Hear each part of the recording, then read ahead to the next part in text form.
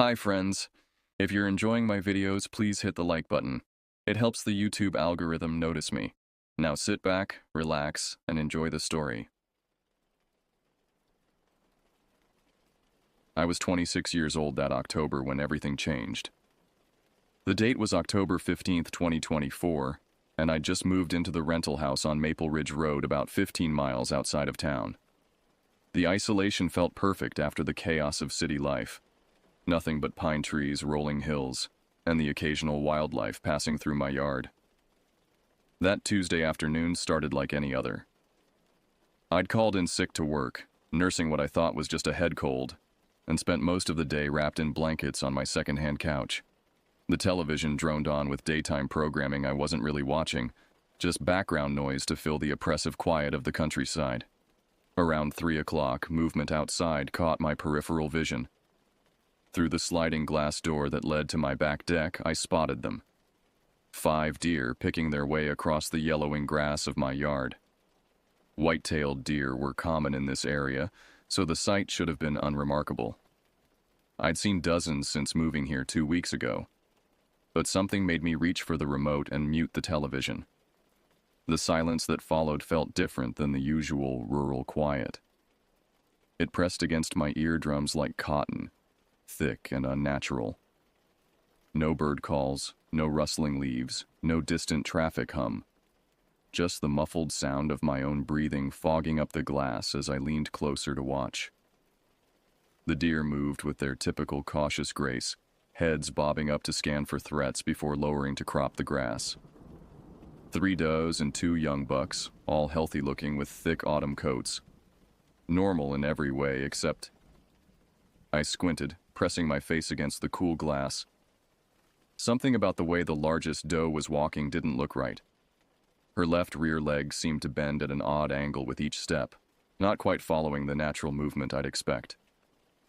At first I thought maybe she'd been injured, perhaps struck by a car or caught in a fence. But as I watched more closely, the anomaly became harder to dismiss. The joint appeared to bend backward, then forward, then sideways in a slow, deliberate motion that made my stomach tighten. It wasn't the jerky, protective movement of an injured animal. It was fluid, controlled, almost experimental. I rubbed my eyes, certain the fever was making me see things. When I looked again, the doe had moved closer to the house, and now I could see her movement pattern more clearly. The leg wasn't just bending wrong. It was bending in directions that violated basic anatomy. The knee joint seemed to rotate completely around with each step, as if the bones and ligaments had become liquid. My mouth went dry. I blinked hard several times, waiting for the hallucination to correct itself. But the doe continued her impossible gait, and now I noticed the other deer were exhibiting similar distortions. The smaller buck's front legs appeared to elongate as he walked, stretching like taffy being pulled. His neck, too, seemed to extend and contract rhythmically. The fever, I told myself, had to be the fever. I pressed my hand to my forehead. It felt warm, but not burning. The thermometer I'd used that morning had read only 99.8 degrees, hardly enough to cause vivid hallucinations. But what I was seeing couldn't be real. The deer continued grazing, seemingly unaware that their bodies were defying the laws of physics. The largest doe lifted her head and looked directly at me through the glass door. Her eyes appeared larger than they should be, taking up too much of her face, and they held an intelligence that made the hair on my arms stand up. She stared at me for what felt like minutes, but was probably only seconds. Then she opened her mouth and made a sound. It wasn't the snort or grunt I'd expect from a deer. It was a low, resonant moan that seemed to come from deep in her chest, a sound that vibrated through the glass and into my bones. The other deer didn't react to it at all, just continued their strange, fluid grazing. I stumbled backward from the door, my heart hammering against my ribs. The sound had been wrong on a fundamental level, like hearing a familiar song played in a minor key. It carried a note of something almost human, but distorted beyond recognition. When I looked outside again, all 5 deer had stopped eating and were staring at the house. Their necks had stretched impossibly long, their heads now hovering 3 feet above their bodies like balloons on strings. Yet they maintained perfect balance, their malformed legs supporting these grotesque proportions without any apparent strain. I wanted to run, to get as far from the window as possible, but I found myself frozen in place. The deer began to move again, but their locomotion had changed completely. They flowed across the grass like liquid, their limbs undulating in waves rather than taking discrete steps. Their bodies seemed to elongate and contract like accordions, maintaining their basic deer-like shape while constantly shifting in size and proportion. As they moved toward the tree line at the edge of my property, their forms became even more distorted. The does grew taller and thinner, their legs extending until they resembled grotesque stilts. The bucks became shorter and wider, their bodies compressing like sponges being squeezed. By the time they reached the shadows beneath the pine trees, they barely looked like deer at all. They were flowing, shifting silhouettes that hurt to look at directly. My brain kept trying to categorize what I was seeing, to force it into familiar patterns, but the images slipped away like water through fingers. The last one to disappear, the doe who had stared at me, paused at the forest's edge and turned back. Even from 50 yards away, I could feel the weight of her gaze. She opened her mouth again, and this time the sound that emerged was unmistakably human. "Help us!" The words carried clearly across the yard, spoken in a woman's voice filled with anguish and desperation. Then she melted into the shadows between the trees, leaving me alone with the terrible silence. I didn't sleep that night. Every time I closed my eyes, I saw those impossible shapes flowing across my yard like living nightmares. The woman's voice, if it had been a woman's voice, echoed in my head until I began to question whether I'd heard anything at all. By morning, I'd convinced myself it had all been a fever dream. The rational part of my mind, the part that had gotten me through college and into a decent job as a data analyst, insisted that deer don't bend like rubber, and they certainly don't speak English. I'd been sick, probably dehydrated, and my brain had conjured the entire episode. I made coffee and toast, forcing myself to go through normal morning routines. The sunlight streaming through the kitchen window looked ordinary enough, revealing a perfectly normal yard with perfectly normal grass and perfectly normal pine trees. No signs of the surreal parade I thought I'd witnessed. But when I opened the sliding door to step onto the deck with my coffee, I found the hoof prints. They were pressed deep into the soft earth of my flower bed, much deeper than they should have been for animals that couldn't have weighed more than 150 pounds each. But it was the shape of the prints that made my hands shake so badly I nearly dropped my mug. They were elongated, stretched out like someone had taken normal deer tracks and pulled them through wet clay. Some were nearly a foot long, others compressed into tight circles no bigger than quarters. A few appeared to overlap in impossible ways, as if the same hoof had struck the ground multiple times in the exact same spot without lifting. I knelt down and touched one of the larger prints. The earth was packed hard as concrete, compressed with a force that should have required hydraulic pressure. When I tried to push my finger into the dirt beside it, I barely made an indentation. Standing up too quickly made me dizzy. I gripped the deck railing and tried to process what I was seeing. Either these tracks were evidence that last night had been real, or I was having a complete psychological breakdown. Neither option offered much comfort. I spent the rest of the morning on my laptop, searching for explanations. Deer leg deformities brought up articles about chronic wasting disease and various genetic conditions. Unusual animal behavior led me down rabbit holes about rabies, parasites, and environmental toxins. Nothing came close to describing what I'd witnessed. Around noon, I tried calling the state wildlife department. The woman who answered listened patiently as I described some unusual deer behavior in my area, but when I started to explain the specifics, her responses became increasingly skeptical. She suggested I might have seen elk or even horses in the distance, and that lighting conditions could create optical illusions.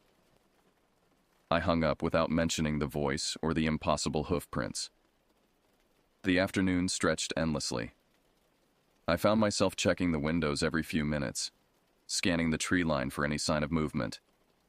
The yard remained empty, but the silence felt oppressive.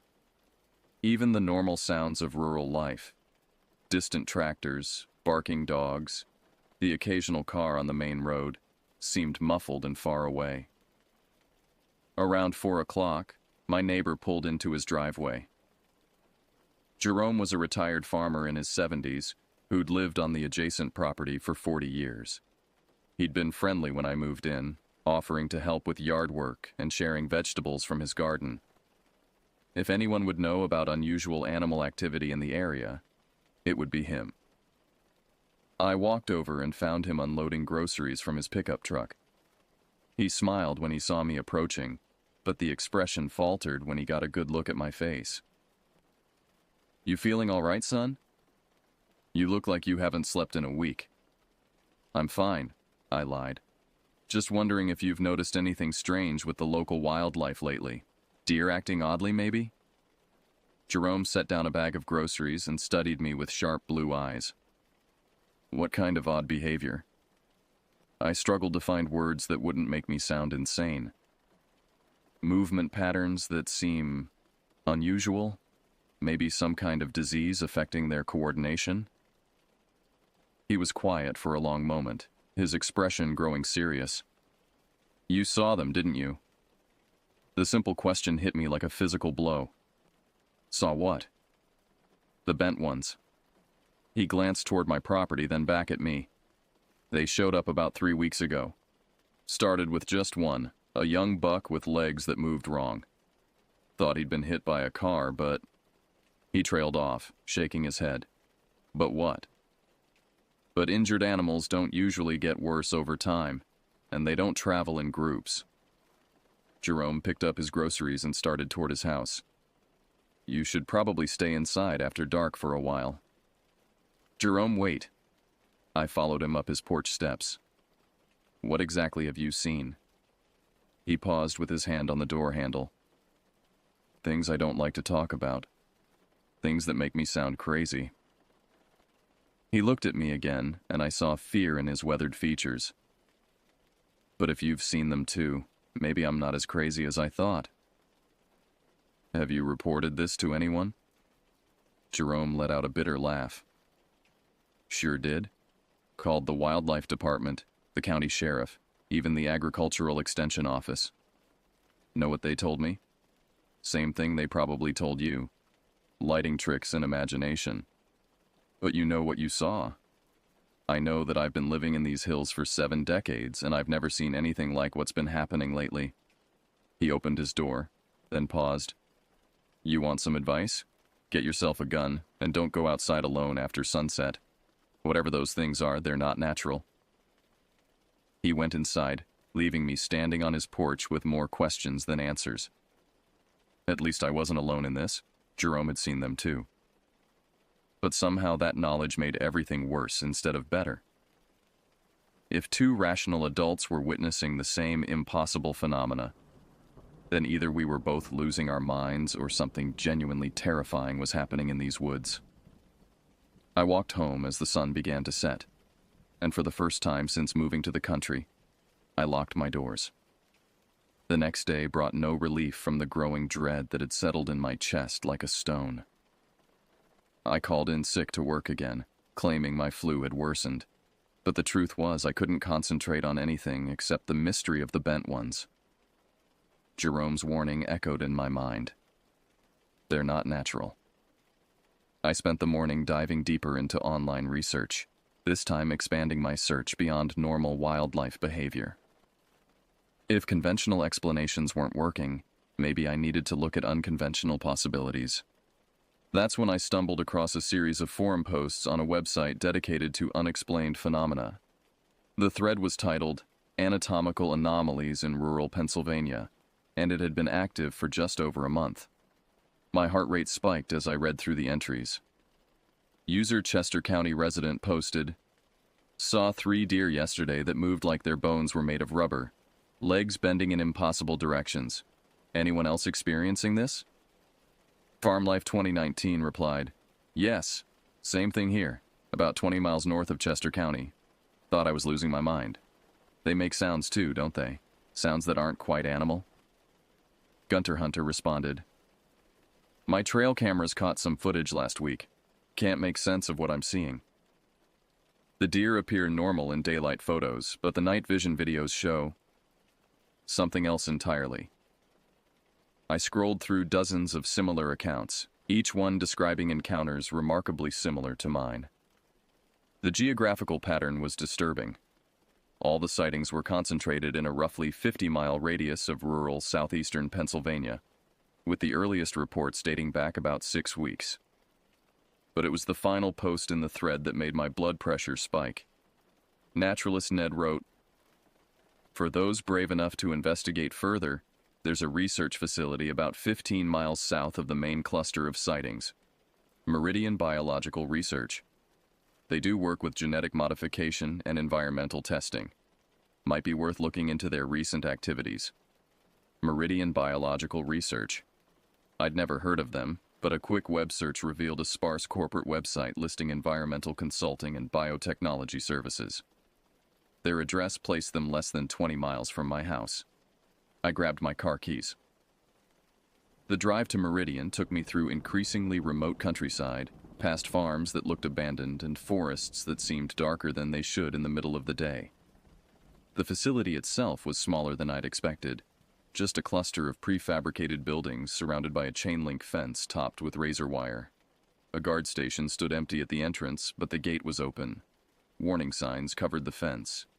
Authorized personnel only. Biological hazard. No trespassing. I parked on the shoulder of the access road and studied the complex through binoculars I'd brought from my hiking gear. The place looked deserted.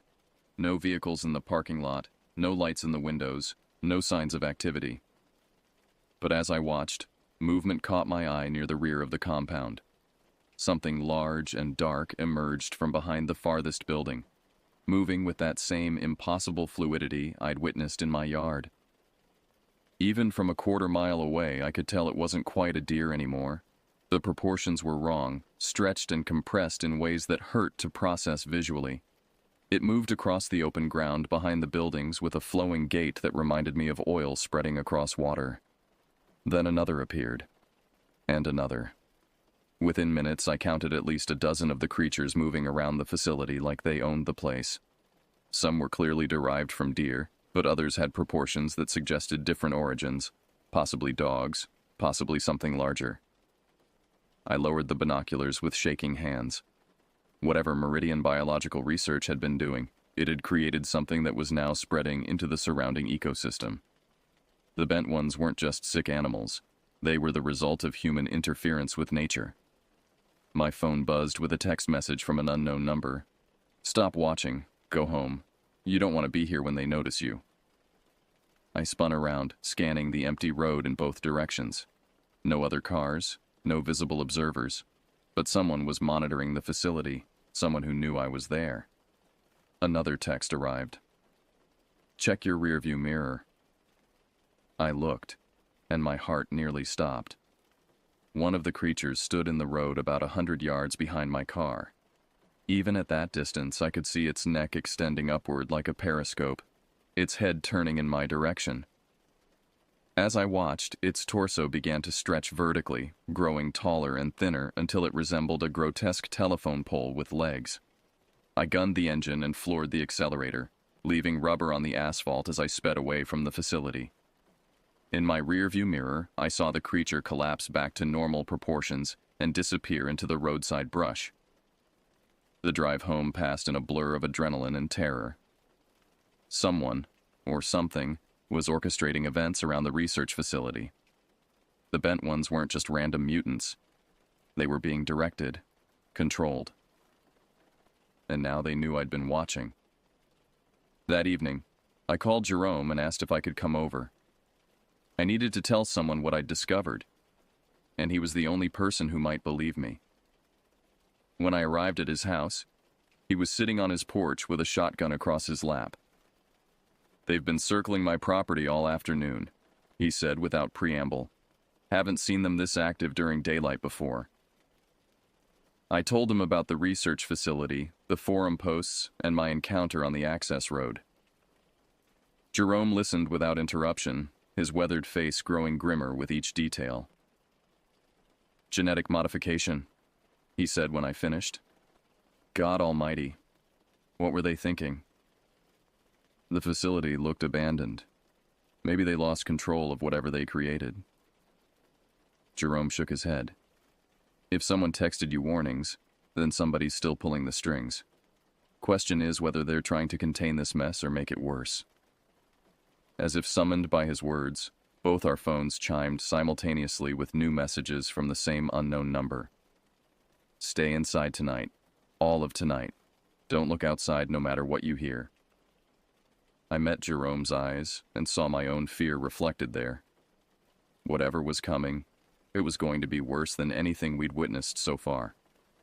I should have gone home and followed the anonymous warning, but Jerome insisted I stay at his place. 2 pairs of eyes are better than 1, he said, and 2 guns are better than 1 gun. He'd armed me with an old hunting rifle from his collection, though I had serious doubts about whether conventional weapons would be effective against creatures that could reshape their own anatomy. We settled in for what promised to be the longest night of our lives. Jerome's house was built like a fortress, thick stone walls, small windows, and heavy wooden doors that he'd reinforced with steel bars. He'd been preparing for this confrontation longer than I'd realized. "How long have you known about the research facility?" I asked, as we positioned ourselves in his living room with views of both my property and his. "Found it 2 weeks ago," Jerome replied, checking his shotgun for the 10th time. Drove out there after the 3rd time I saw those things in my pasture. Place was already abandoned by then, but the damage was done. Outside, the sun had set completely, leaving us in the kind of darkness that only exists in rural areas far from city lights. The silence was absolute. No insects, no night birds, no small animals rustling through the undergrowth. Even the ever-present whisper of wind through the pine trees had stopped. "They're coming," Jerome whispered. At first, I didn't see anything. Then movement caught my eye near the tree line behind my house. Shapes emerged from the shadows between the pines, but they weren't moving like any animal I'd ever seen. They flowed across the open ground like spilled mercury, their forms constantly shifting and reforming. "How many?" I asked, though my voice came out as barely a croak. Jerome was counting under his breath. 12. 15. Still coming. He paused. 23 total. More than I've ever seen together. The creatures spread out across both our properties in what appeared to be a coordinated formation. Some remained roughly deer-shaped, while others had taken on proportions that defied classification. One near my deck had grown to the size of a small horse, its legs stretched impossibly thin to support its enlarged torso. Another had compressed itself into something resembling a giant slug with antlers. But it was their behavior that truly chilled me. They weren't grazing or exhibiting any typical animal patterns. Instead, they seemed to be searching. Their elongated necks swayed back and forth like periscopes as they methodically examined every inch of our properties. "They're looking for us," I realized. "Hunting us," Jerome corrected grimly. One of the creatures approached Jerome's house, its head extending upward until it reached the level of our second-story windows. Through the glass, I could see its eyes, no longer the simple dark eyes of a deer, but complex organs with multiple pupils that moved independently of each other. It studied the window with an intelligence that was undeniably human. Then it spoke. "We know you're in there." The voice was clearer than the previous day, a perfect female contralto that might have belonged to a news anchor or telephone operator. "We need to talk to you about what you've seen." Jerome and I exchanged glances. Neither of us moved or made a sound. "We're not going to hurt you," the creature continued. "We just want to explain what's happening, to help you understand." Other creatures had begun to gather around Jerome's house, their forms shifting and flowing as they took positions that would block all the exits. Some had grown additional limbs, arms that emerged from their torsos like tree branches, ending in hands with too many fingers. Others had developed multiple heads that whispered to each other in languages I couldn't identify. "Please," the creature at the window said. "We used to be like you. We remember what it was like to be human." The words hit me like a physical blow. These weren't mutated deer. They were mutated people. The research facility hadn't been experimenting on animals. They'd been experimenting on human subjects. The implications made my stomach turn. "What did they do to you?" I called out before Jerome could stop me. The creature's multiple eyes focused on the sound of my voice. "They promised us enhancement, adaptation, evolution beyond the limitations of fixed anatomy." Its voice carried infinite sadness. "They gave us the ability to change our bodies at will, but they couldn't control the process. We kept changing, and we can't stop." "How many of you are there?" 47 in our group, more scattered throughout the region. Some have changed so much they can no longer communicate." The creature's form shuddered, its neck contracting and expanding like a bellows. "We're trying to find the researchers who did this to us, to make them reverse the process." "They're gone," Jerome said, finally speaking up. "The facility's been abandoned." "No."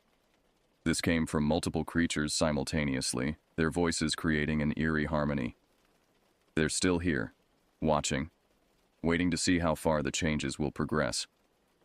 One of the smaller creatures approached the front door, its body compressing until it could fit through the gap beneath the frame. I watched in horror as it flowed under the door like liquid, then reformed on Jerome's entryway. Up close, I could see that its hide was translucent, revealing organs that pulsed and shifted like living machinery. "They're inside the mountain," it said, extending what might have been a finger to point south toward the distant hills. "Deep underground, still running their experiments." "What do you want from us?" Jerome demanded, keeping his shotgun trained on the creature. "Help us find them. Help us get our lives back." The creature's voice was that of a young man, probably in his 20s. "We can't do this alone. We need normal humans who can go places we can't. Ask questions we can't ask." "And if we refuse?" The creature that had been speaking through the window pressed closer to the glass. "Then you'll become like us.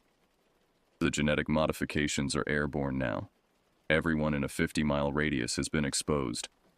The only question is how long before the changes begin." My rifle clattered to the floor as the full horror of the situation hit me. We weren't just witnessing an isolated incident. We were part of an ongoing experiment. The entire region had been contaminated, and the transformations were spreading. "How long do we have?" I asked. "Based on our experiences, the first changes begin within 72 hours of exposure," the creature replied. "You've both been exposed for at least a week. The process will begin soon." Jerome lowered his shotgun, his face pale with defeat. "God help us all." "God can't help us now," the creature said sadly. "But maybe you can help us stop this before it spreads any further." Outside, the other creatures had begun to flow back toward the tree line, their reconnaissance apparently complete. Only the one inside remained, its translucent form pulsing with bioluminescent patterns that hadn't been there moments before. "Think about what we've told you," it said. "We'll return tomorrow night for your answer. And remember, whether you help us or not, you're already part of this now." The creature compressed itself and flowed back under the door, leaving Jerome and me alone with the terrible knowledge that our transformation had already begun. I didn't return to my own house that night. Jerome and I sat in his kitchen until dawn, drinking coffee and trying to process what we'd learned. Every small sensation, a muscle twitch, a joint ache, an unusual hunger pang, sent waves of paranoia through both of us. Were these the first signs of change, or just normal bodily functions amplified by fear? "We need to get out of here," I said as the first gray light filtered through the windows. "Drive somewhere far away, maybe find a doctor who can help us." Jerome shook his head. 72 hours, they said. If we've been exposed for a week, running won't change anything. And if this thing is airborne, we might just spread it to wherever we go. He was right. But the thought of staying here, waiting for our bodies to betray us, felt like surrender. I found myself examining my hands obsessively, looking for any sign that my fingers were beginning to elongate or my joints were becoming too flexible. Around 8 in the morning, my phone rang. The caller ID showed my supervisor's number. "Where the hell are you?" Kevin's voice was sharp with irritation. "You've missed 3 days this week, and the Henderson report was due yesterday." For a moment, I couldn't remember what the Henderson report was, or why it had ever seemed important. The normal world of deadlines and meetings felt like something from another lifetime. "I'm sick," I managed. "Some kind of virus. I think I need to take extended leave." "Extended leave? You've been here 8 months. You don't have enough vacation time built up for extended leave." Then I quit. The words came out before I'd consciously decided to say them, but they felt right. What was the point of pretending my old life still mattered when I might not be human much longer? I hung up and turned off my phone. Jerome nodded approvingly. "Good," he said. "We're going to need all our focus for what's coming." We spent the morning researching the underground facility the creatures had mentioned. Topographical maps showed an extensive cave system running through the mountains south of our location, with several old mining tunnels that had been abandoned decades ago. If the researchers had established a hidden laboratory, those caves would be the logical location. But first, we needed to understand exactly what we were dealing with. I convinced Jerome to drive back to the Meridian facility with me, this time prepared for a closer investigation. The research complex looked even more desolate in daylight. Windows stared blindly from the prefabricated buildings, and weeds had already begun to grow through cracks in the parking lot asphalt. But the chain-link fence hummed with electricity, suggesting the place wasn't as abandoned as it appeared. We parked a safe distance away and approached on foot, keeping to the tree line. Jerome had brought bolt cutters from his farm, and we found a section of fence hidden from the main buildings where we could create an opening. "Motion sensors," Jerome whispered, pointing to small devices mounted on poles throughout the compound. "They know we're here." But no security appeared to challenge us. We moved quickly between buildings, trying to find an unlocked entrance. Most of the doors required electronic key cards, but a service entrance near the rear had been left propped open with a brick. The interior of the building was a maze of sterile corridors and empty laboratories. Equipment had been removed, but not all of it. Centrifuges, incubators, and computer workstations remained scattered throughout the facility. More importantly, we found documentation. In a file cabinet that had been overlooked during the evacuation, I discovered a stack of research reports dated from 6 months ago. The project was called Adaptive Morphology Initiative, and the goal was exactly what the creatures had described: developing humans who could modify their physical form at will. "Listen to this," I said, reading from one of the reports. "Phase 3 trials will involve 30 subjects exposed to concentrated AMI serum in a controlled environment. Subjects will be monitored for morphological changes over a 6-week period." Jerome looked over my shoulder at the document. 30 subjects. The creature said there were 47 in their group.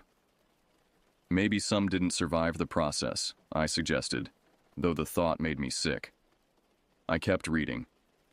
The reports detailed a progression of increasingly dramatic physical changes in the test subjects. Early modifications were minor: enhanced flexibility, accelerated healing, improved sensory perception. But as the serum accumulated in their systems, the changes became more extreme and less controllable.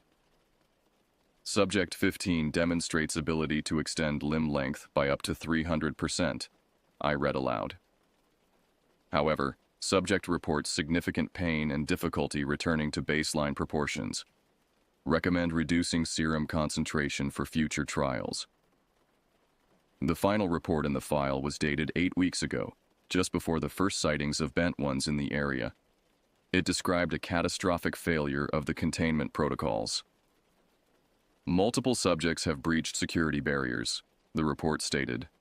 Morphological adaptations now include partial liquefaction of bone structure, allowing passage through openings as small as 4 inches in diameter. Facility evacuation is recommended until enhanced containment measures can be implemented. They lost control of their own test subjects, Jerome said grimly, and instead of cleaning up the mess, they just ran. But the most disturbing part was yet to come. The final page of the report contained a list of secondary exposure protocols, procedures for monitoring individuals who had come into contact with the escaped subjects. Environmental dispersion of AMI compounds through exhaled vapors, I read. All residents within a 50-mile radius should be considered potentially exposed. Recommend establishing covert observation posts to document progression of secondary infections. Jerome and I stared at each other as the implications sank in. We weren't just accidentally exposed, we were part of a deliberate study. The researchers hadn't abandoned the project. They'd simply moved it to a larger laboratory, the entire surrounding region. A sound from somewhere deeper in the building made us both freeze. Footsteps echoed through the empty corridors, slow and deliberate. Someone else was in the facility. We grabbed the files and moved toward the exit, but the footsteps were getting closer. Jerome pulled out his handgun. He'd insisted on bringing it despite my protests about the dangers of firearms in a confined space. "This way," he whispered, leading me down a side corridor toward what looked like an emergency exit. But as we rounded the corner, we came face to face with our pursuer. It was a woman in a white lab coat, maybe 40 years old, with graying hair pulled back in a severe bun. She looked completely normal, except for her eyes, which held the same multi-pupilled complexity I'd seen in the creatures outside Jerome's house. "Dr. Amanda Price," she said, extending a hand that had too many joints in the fingers. "I've been hoping to meet you two. You're exactly the kind of subjects we need for the next phase of our research." Dr. Price's smile revealed teeth that were too sharp and too numerous, filling her mouth like rows of needles. Despite her grotesque modifications, she moved with the confident authority of someone accustomed to being in control. "Please don't run," she said as Jerome raised his gun. "I'm not here to hurt you. Quite the opposite, actually. I'm here to offer you a choice." "The same choice you offered the others?" I demanded, clutching the stolen files against my chest. "The others volunteered," Dr. Price replied smoothly. "They were terminally ill patients who chose experimental treatment over certain death. The fact that their transformations exceeded our projections was unexpected." Jerome kept his weapon trained on her. "What kind of choice are you talking about?" "You've both been exposed to AMI compounds for 9 days now. The changes will begin within the next 24 hours, whether you cooperate with us or not." She gestured toward the files I was holding. "I see you've done your homework. You understand what's coming." "We understand that you're conducting illegal human experiments," I said. Dr. Price laughed, a sound like breaking glass. "Illegal according to whose laws? The FDA? The Geneva Convention? Those regulations were written for a world where human biology was fixed and unchangeable. We're pioneering a new era of human evolution. You're creating monsters. I'm creating the next phase of human development." Her expression grew serious. "Climate change, resource depletion, overpopulation. Traditional human anatomy is inadequate for the challenges our species will face in the coming decades. We need bodies that can adapt, that can survive in environments where fixed-form humans would perish." Jerome's gun hand was starting to shake. "And you decided to test this theory on unwilling subjects." "The volunteers knew the risks," Dr. Price insisted. "And now we're offering you the same opportunity they had. Join our research program voluntarily, and we can guide your transformation. Let us help you adapt gradually with minimal discomfort. And if we refuse, then you'll change on your own, without any medical support or guidance. The process will be painful, unpredictable, and quite possibly fatal." She stepped closer, seemingly unconcerned about Jerome's weapon. "I've seen what uncontrolled transformation looks like. It's not pleasant." I thought about the creatures we'd encountered, their obvious pain and confusion. What happened to your original volunteers? The ones from the facility? They're adapting beautifully, Dr. Price said. Learning to control their new abilities, exploring the boundaries of what human anatomy can become. They're the first generation of truly post-human beings. They told us they want to be changed back. Dr. Price's smile faltered for the first time. Temporary psychological adjustment issues. It's understandable that they would experience some regret during the transition period. But given time, they'll come to appreciate what they've become. Jerome finally spoke up. Where are you conducting these experiments now?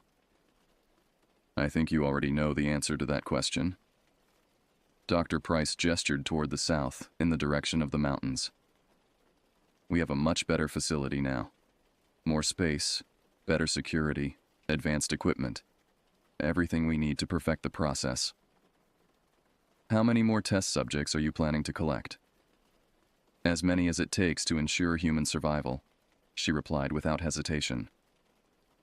This region represents the largest field trial of AMI compounds in human history. We have nearly 3,000 potential subjects to study over the coming months. The number hit me like a physical blow. 3,000 people, all unknowingly exposed to an experimental serum that would fundamentally alter their biology. Children, elderly people, entire families, all of them marked for transformation, whether they consented or not. You're insane, I whispered. I'm visionary, Dr. Price corrected. And you have 15 minutes to decide whether you want to be part of the future of human evolution or whether you'd prefer to face that future alone. She turned and walked away, her movements displaying the same fluid grace we'd observed in the other transformed subjects. Her legs bent at impossible angles with each step, allowing her to navigate the corridor with an efficiency that no normal human could match. Jerome lowered his gun with shaking hands. What do we do? I looked down at the files I was still clutching. The research reports contained detailed information about the underground facility, including maps of the tunnel systems and security protocols. If we could reach the right authorities, the FBI, the CDC, maybe even the military, we might be able to stop this madness before it spread beyond the current test area. We get this information to people who can shut them down, I said. And if we start changing before help arrives? I didn't have an answer for that question. The transformation timeline suggested we had less than 24 hours before our own modifications began. Even if we could reach outside authorities immediately, there was no guarantee they would believe us or act quickly enough to matter. But as we made our way back to Jerome's truck, I noticed something that gave me hope. My hands, which I'd been obsessively monitoring for signs of change, looked exactly the same as they had that morning. No elongated fingers, no additional joints, no unusual flexibility. Maybe the 72-hour timeline was just a psychological weapon, designed to make potential subjects surrender before their transformation actually began. Maybe we still had time to fight back. We drove away from the facility in silence, both of us lost in our own thoughts. But as we reached the main road, I made a decision that would determine the course of everything that followed. We're going to that underground lab, I announced. Jerome nearly drove off the road. Are you out of your mind? That place will be crawling with security, not to mention whatever other experiments they're running down there. It's the only way to get proof that outside authorities will believe, I explained. Photos, video footage, maybe even physical evidence of what they're doing.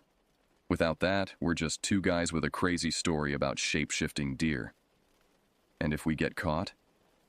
Then we become permanent test subjects instead of temporary ones, I admitted. But if we don't try, 3,000 people are going to suffer the same fate as those volunteers. Jerome was quiet for several miles, his knuckles white on the steering wheel. Finally, he nodded. When do we go? Tonight, I said, before our own changes begin, and before Dr. Price realizes we're not planning to cooperate. As we pulled into Jerome's driveway, I felt a strange tingling sensation in my fingertips. It was probably just nerves, I told myself, just the anxiety of planning what might be a suicide mission. But deep down, I knew our time as normal humans was running out. We spent the afternoon preparing for what we both knew might be our final mission as unchanged humans. Jerome had an impressive collection of survival gear accumulated from decades of hunting and farming: night vision goggles, rope climbing equipment, waterproof cameras, and enough ammunition to fight a small war. I focused on studying the facility maps we'd stolen, memorizing the tunnel layouts, and identifying the most likely locations for a hidden laboratory. The cave system was extensive, with multiple levels connected by both natural passages and man-made tunnels from the old mining operations. "Main access point is here," I said, pointing to a marked entrance about 3 miles into the mountains. "But there are at least 4 other ways in, including an old mine shaft that might not be monitored." Jerome looked up from cleaning his rifle. "How do we know they haven't sealed the other entrances?" "We don't. But if Dr. Price is running a major research operation down there, she'll need multiple escape routes in case of emergency. Basic facility security protocols." As the sun began to set, I noticed the tingling in my hands had spread to my forearms.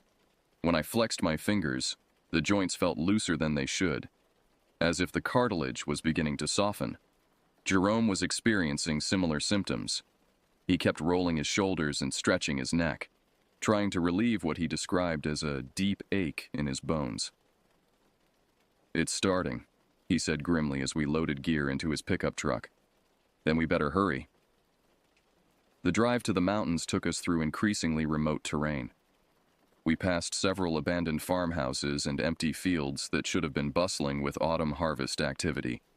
The AMI contamination had apparently affected more than just the immediate area around our homes. We parked at the end of a logging road about a mile from the old mineshaft entrance. The hike through the forest was treacherous in the dark, even with night vision equipment. Ancient trees blocked out most of the moonlight, and the undergrowth was thick with thorns and fallen branches. But the worst part was the silence. The woods should have been alive with night sounds: owls calling, small animals rustling through the leaves, insects chirping in the darkness. Instead, we moved through a dead zone where nothing stirred except the wind. "They're watching us," Jerome whispered as we approached the mine entrance. I didn't see anything, but I felt it too: the weight of unseen eyes tracking our progress. The transformed subjects Dr. Price had created were somewhere in these woods, probably reporting our every move to their handlers underground. The mine shaft entrance was partially concealed by a steel grate that had been installed decades ago to keep out trespassers. But someone had recently cut through the metal bars, leaving an opening just wide enough for a person to squeeze through. "Recent modification," Jerome observed, running his fingers along the clean cuts in the steel. "They're definitely using this entrance." We activated our recording equipment and began the descent into the mountain. The tunnel sloped downward at a steep angle, supported by rotting timber beams that creaked ominously under the weight of tons of rock above our heads.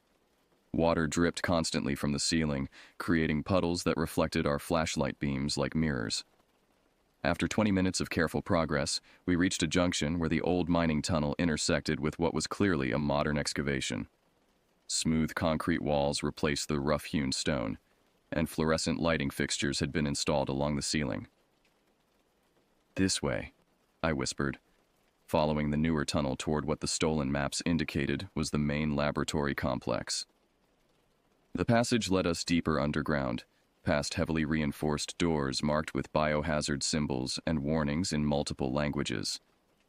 Through reinforced windows, we caught glimpses of empty holding cells and abandoned equipment. Whatever had been happening in these rooms, it had been moved to a different location. Then we heard the voices.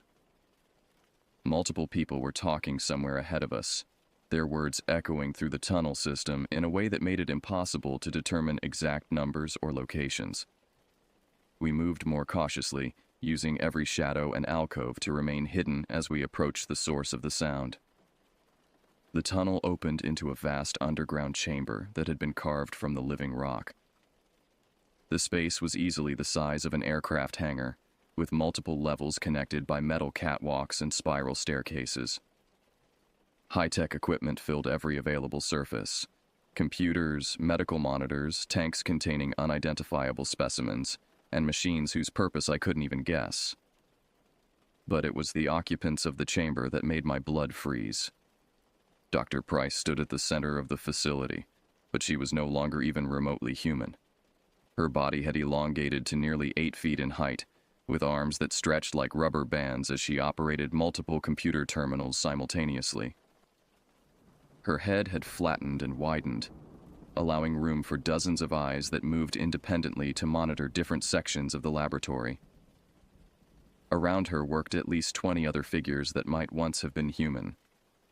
Some had developed additional limbs that sprouted from their torsos like tree branches.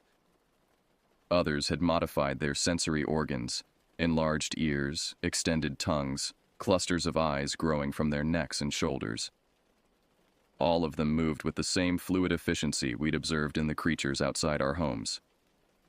Subject population is responding as projected, Dr. Price was saying, her voice now a harmonic blend of multiple tones. Transformation rates exceed 90% within the target zone. We should begin Phase 4 within the next 72 hours. What about the holdouts? Asked another researcher whose face had been replaced by a mass of sensory tentacles. The two who refused cooperation? Dr. Price's multitude of eyes focused on a bank of monitors showing surveillance footage from around our homes. They're currently approaching Sublevel 3. Their transformation has already begun. Note the increased joint flexibility and tissue elasticity. By the time they reach this chamber, they'll be ready for direct integration. I looked down at my hands and realized she was right. My fingers had elongated by at least 2 inches, and I could bend them in directions that should have been anatomically impossible. Jerome's neck had stretched to nearly twice its normal length, giving him an almost serpentine appearance. We were becoming like them whether we wanted to or not.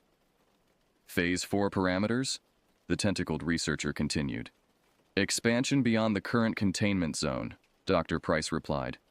Atmospheric dispersal of AMI compounds over a 500-mile radius. Complete transformation of the regional population within 6 months. The full scope of their plan hit me like a sledgehammer. They weren't just experimenting on isolated rural communities. They were planning to transform the entire eastern seaboard. Millions of people would be affected, all of them changed into something that barely qualified as human. Jerome and I exchanged glances, and I saw my own determination reflected in his elongated features. We had to stop this, even if it meant sacrificing ourselves in the process. I pulled out one of the explosive charges Jerome had brought from his farm, originally intended for clearing tree stumps, but powerful enough to collapse sections of the tunnel system. If we could destroy the laboratory and seal the facility, we might be able to contain the contamination and prevent the larger catastrophe. But as I prepared to set the timer, Dr. Price's multiple eyes suddenly focused directly on our hiding spot. "Welcome to the future," she said, her harmonious voice carrying clearly across the chamber. "Please come down and join us. Your transformation is nearly complete, and we have so much work to do together." Security doors slammed shut throughout the facility, cutting off all our escape routes. We were trapped in the heart of their operation, surrounded by creatures that had once been human, with our own humanity slipping away by the minute. The final phase of our transformation was about to begin, and we were powerless to stop it. The explosive charge felt impossibly heavy in my hands as Jerome and I emerged from our hiding place. Around us, the transformed researchers had stopped their work and turned to watch our descent into the main laboratory chamber. Their modifications were even more disturbing up close. Some had developed multiple heads that whispered to each other in languages that hurt to hear, while others had replaced their limbs entirely with tentacles or segmented appendages that resembled insect legs. Dr. Price approached us with movements that defied basic physics, her elongated form flowing down the metal staircase like liquid mercury. Up close, I could see that her multiple eyes weren't just clustered on her face. They emerged from every part of her body, creating a living surveillance system that could monitor all directions simultaneously. "You're handling the transition remarkably well," she said, her voice now a choir of harmonized tones. Most subjects experience significant psychological distress during the initial morphological changes. I looked down at myself and nearly vomited. My arms had stretched to nearly twice their normal length, and my fingers had become so elongated they resembled the legs of a giant spider. Jerome's transformation was even more advanced. His torso had compressed while his limbs extended, giving him the proportions of a grotesque scarecrow. "What have you done to us?" Jerome's voice came out as a wet, bubbling sound. His vocal cords had apparently been modified along with everything else. "We've given you the gift of adaptation," Dr. Price replied. "Your bodies are no longer constrained by the arbitrary limitations of your original genetic code. You can become whatever the situation requires." "We never consented to this." "Consent is a luxury humanity can no longer afford," she said dismissively. "The climate catastrophes of the next century will require radical physiological adaptation. Fixed-form humans simply won't survive the coming environmental changes." I forced my transformed hands to steady the explosive device, though my elongated fingers made it difficult to operate the timer mechanism. "Even if you're right about climate change, this isn't the answer. You're destroying human civilization." "I'm evolving it," Dr. Price corrected. "The volunteers you met outside, they're the first generation of post-human beings. They can survive in environments that would kill normal humans. They can modify their bodies to process different types of food, breathe in altered atmospheric conditions, even adapt to radiation exposure." "They can't change back," Jerome pointed out. "You've taken away their choice." Dr. Price's numerous eyes blinked in sequence, creating a rippling effect across her transformed features. "Choice is an illusion anyway. Environmental pressures will force adaptation whether we guide the process or not. At least this way the transition can be controlled and optimized." I managed to activate the timer on the explosive charge, setting it for 30 seconds. If I could get it close to the main power coupling for the facility, the explosion might damage enough equipment to shut down their operation. But 30 seconds felt like an eternity when you're surrounded by creatures that can reshape their anatomy at will. "You're planning something," Dr. Price observed, her eyes focusing on the device in my hands. "Please don't do anything destructive. You'll only hurt yourselves and delay the inevitable." "Maybe," I said, clutching the charge against my chest. "But at least we'll stop you from spreading this contamination any further." "Contamination?" Dr. Price laughed, the sound echoing through the chamber like breaking bells. "You still don't understand. The AMI compounds aren't a contamination, they're a vaccination. We're immunizing humanity against extinction." 20 seconds remaining on the timer. Around us, the other transformed researchers had begun to move closer, their modified bodies flowing and shifting as they prepared to restrain us. Some had developed additional arms that emerged from their backs like wings, while others had modified their leg structure to allow for rapid, spider-like movement across any surface. "The atmospheric release scheduled for tomorrow will affect nearly 2 million people," Dr. Price continued. "Within a year, we'll have expanded to cover the entire continental United States. Humanity will finally be free from the constraints of biological determinism." 15 seconds.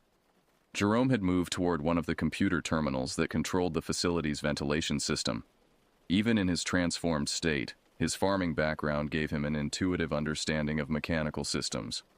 If he could reverse the airflow, maybe we could prevent the scheduled atmospheric release.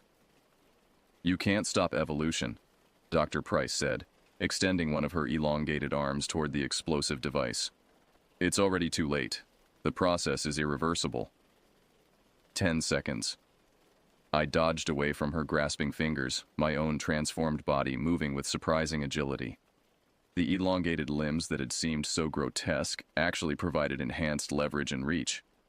Maybe Dr. Price was right about the adaptive advantages, but that didn't justify forcing the change on unwilling subjects.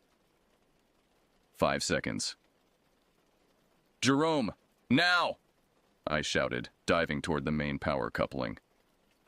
My friend slammed his modified fist into the ventilation control panel, sending sparks flying as circuitry overloaded throughout the facility. Emergency lighting flickered on as the main power systems failed, and I heard the distant rumble of machinery shutting down in the tunnels above us. 3 seconds. Dr. Price lunged toward me with impossible speed, her body stretching like taffy as she tried to reach the explosive device. But she was too late. The charge detonated against the power coupling in a brilliant flash of light and sound that shook the entire underground complex. Concrete dust rained from the ceiling as support structures cracked and buckled.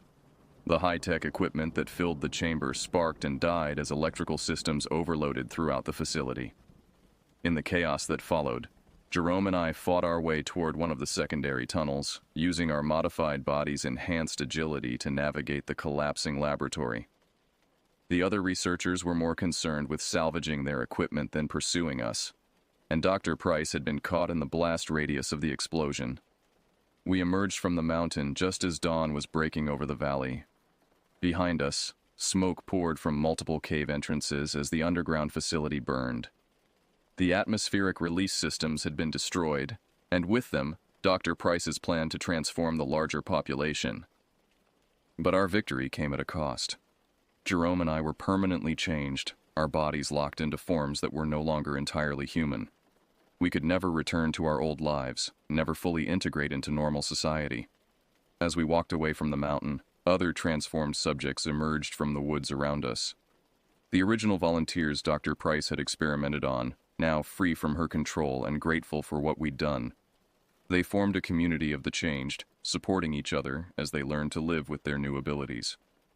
We established a settlement in the abandoned town nearest to the destroyed facility, creating a place where the transformed could exist without fear or persecution. Some of us learned to control our modifications, developing useful adaptations that helped the community thrive. Others remained locked in their altered forms, serving as living reminders of the price of unchecked scientific ambition. The outside world never learned the full truth about what happened in those mountains. Official reports blamed the incidents on a contained chemical spill that required permanent evacuation of the affected area. But those of us who survived know better.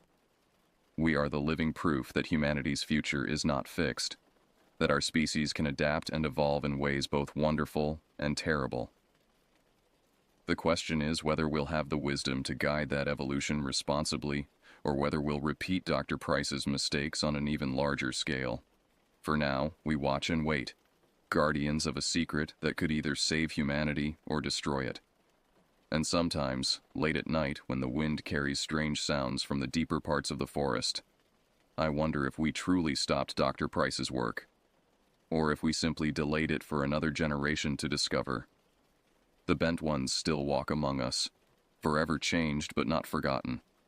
We are the bridge between what humanity was and what it might become. And God help us all if we fail to choose the right path forward.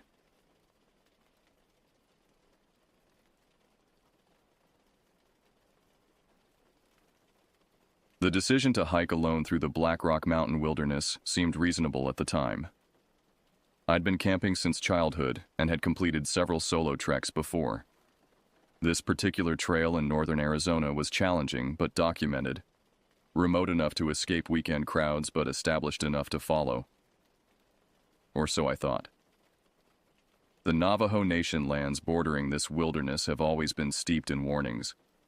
Tales passed down through generations about creatures that stalk unwary travelers.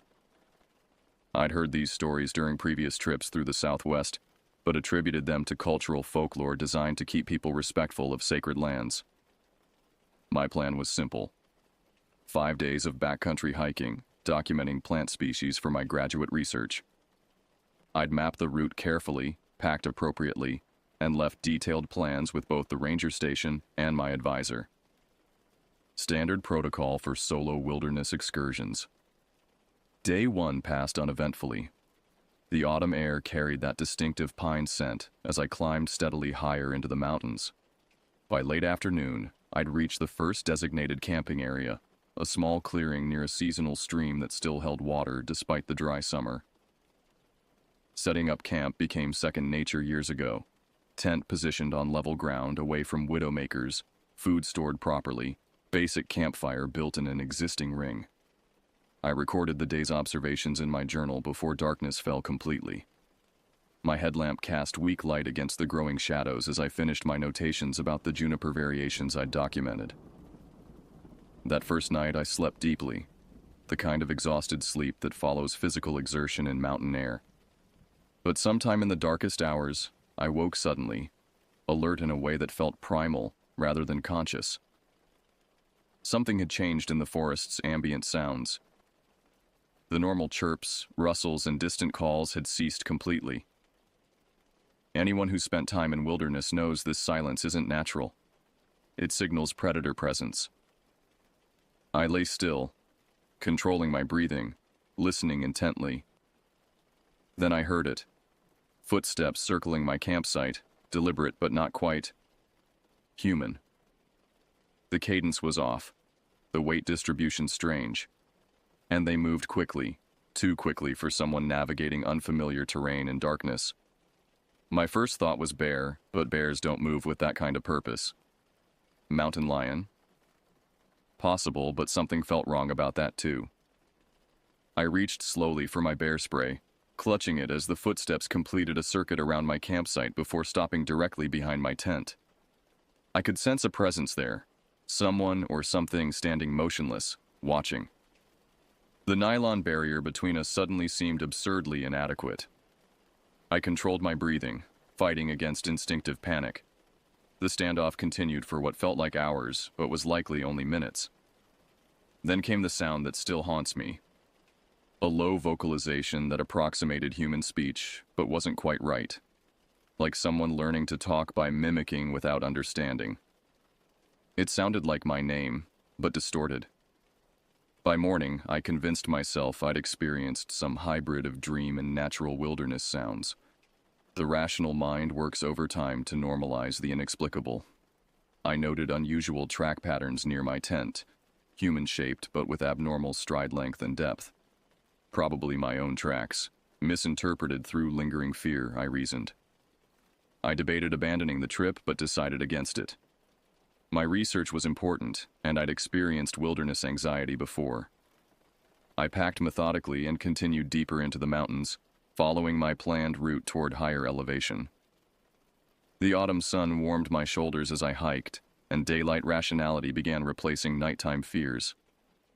I couldn't know then that each step took me further from safety and deeper into territory where ancient warnings still carried weight. I couldn't know that what I'd experienced was merely an introduction, a first encounter with something that had already begun hunting me. By mid-afternoon on the second day, I'd reached an elevation where ponderosa pines gave way to aspen groves. The white trunks created natural columns against azure sky, leaves trembling in the slight breeze. I'd made good progress despite setting out later than planned, covering nearly 8 miles of steadily climbing terrain. The trail had grown less defined, requiring occasional checks against my topographical map and GPS. Cell service had disappeared hours ago, expected and accounted for in my safety planning. I was approximately 14 miles from the nearest access road, deep in backcountry that few hikers ventured into, especially this late in the season. I stopped at a small clearing to document several unusual fungal formations when I noticed the first anomaly. Scratched into several aspen trunks were symbols, not the typical initials or hearts carved by hikers, but deliberate patterns that appeared intentional yet indecipherable. Some resembled crude stick figures with elongated limbs, others geometric shapes arranged in sequences. My first thought was that I'd stumbled upon indigenous markings, perhaps boundary indicators. I photographed several for later research, careful not to disturb them. As I continued hiking, the symbols appeared with increasing frequency, some appearing quite fresh compared to others faded with time. Around 4 p.m., I reached my planned campsite near a high alpine lake. The spot offered natural shelter with stunning views of surrounding ridgelines. I established camp methodically, noting increased wind as dark clouds gathered over western peaks. The weather report had mentioned possible thunderstorms, common in these mountains during transition seasons. While gathering firewood before sunset, I discovered something unsettling. A small arrangement of bones formed into a pattern similar to the symbols I'd seen carved in trees.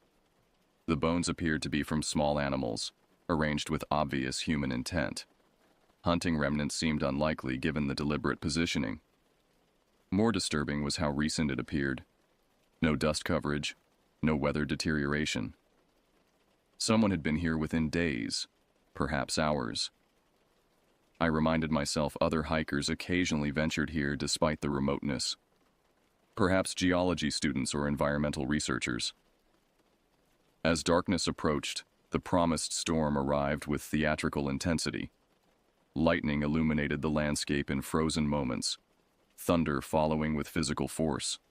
Rain became hail, then driving rain again. I retreated to my tent, grateful for its reliable waterproofing. That's when I heard what sounded like whispered conversations outside. At first, I attributed it to wind playing through nearby rock formations or water running through newly formed channels. But as I listened more intentionally, patterns emerged that suggested language. Not English or any language I recognized, but definitely communication. And it seemed to be coming from multiple directions simultaneously. The whispers continued intermittently throughout the storm, sometimes seeming just outside my tent, other times distant. Occasionally they mimicked natural sounds, water flowing, branches breaking, before returning to their pseudo-linguistic patterns. I checked my equipment multiple times, looking for some explanation. Radio interference on my emergency beacon, perhaps. Everything functioned normally. I even stepped outside briefly during a lull in the rain, scanning the area with my headlamp.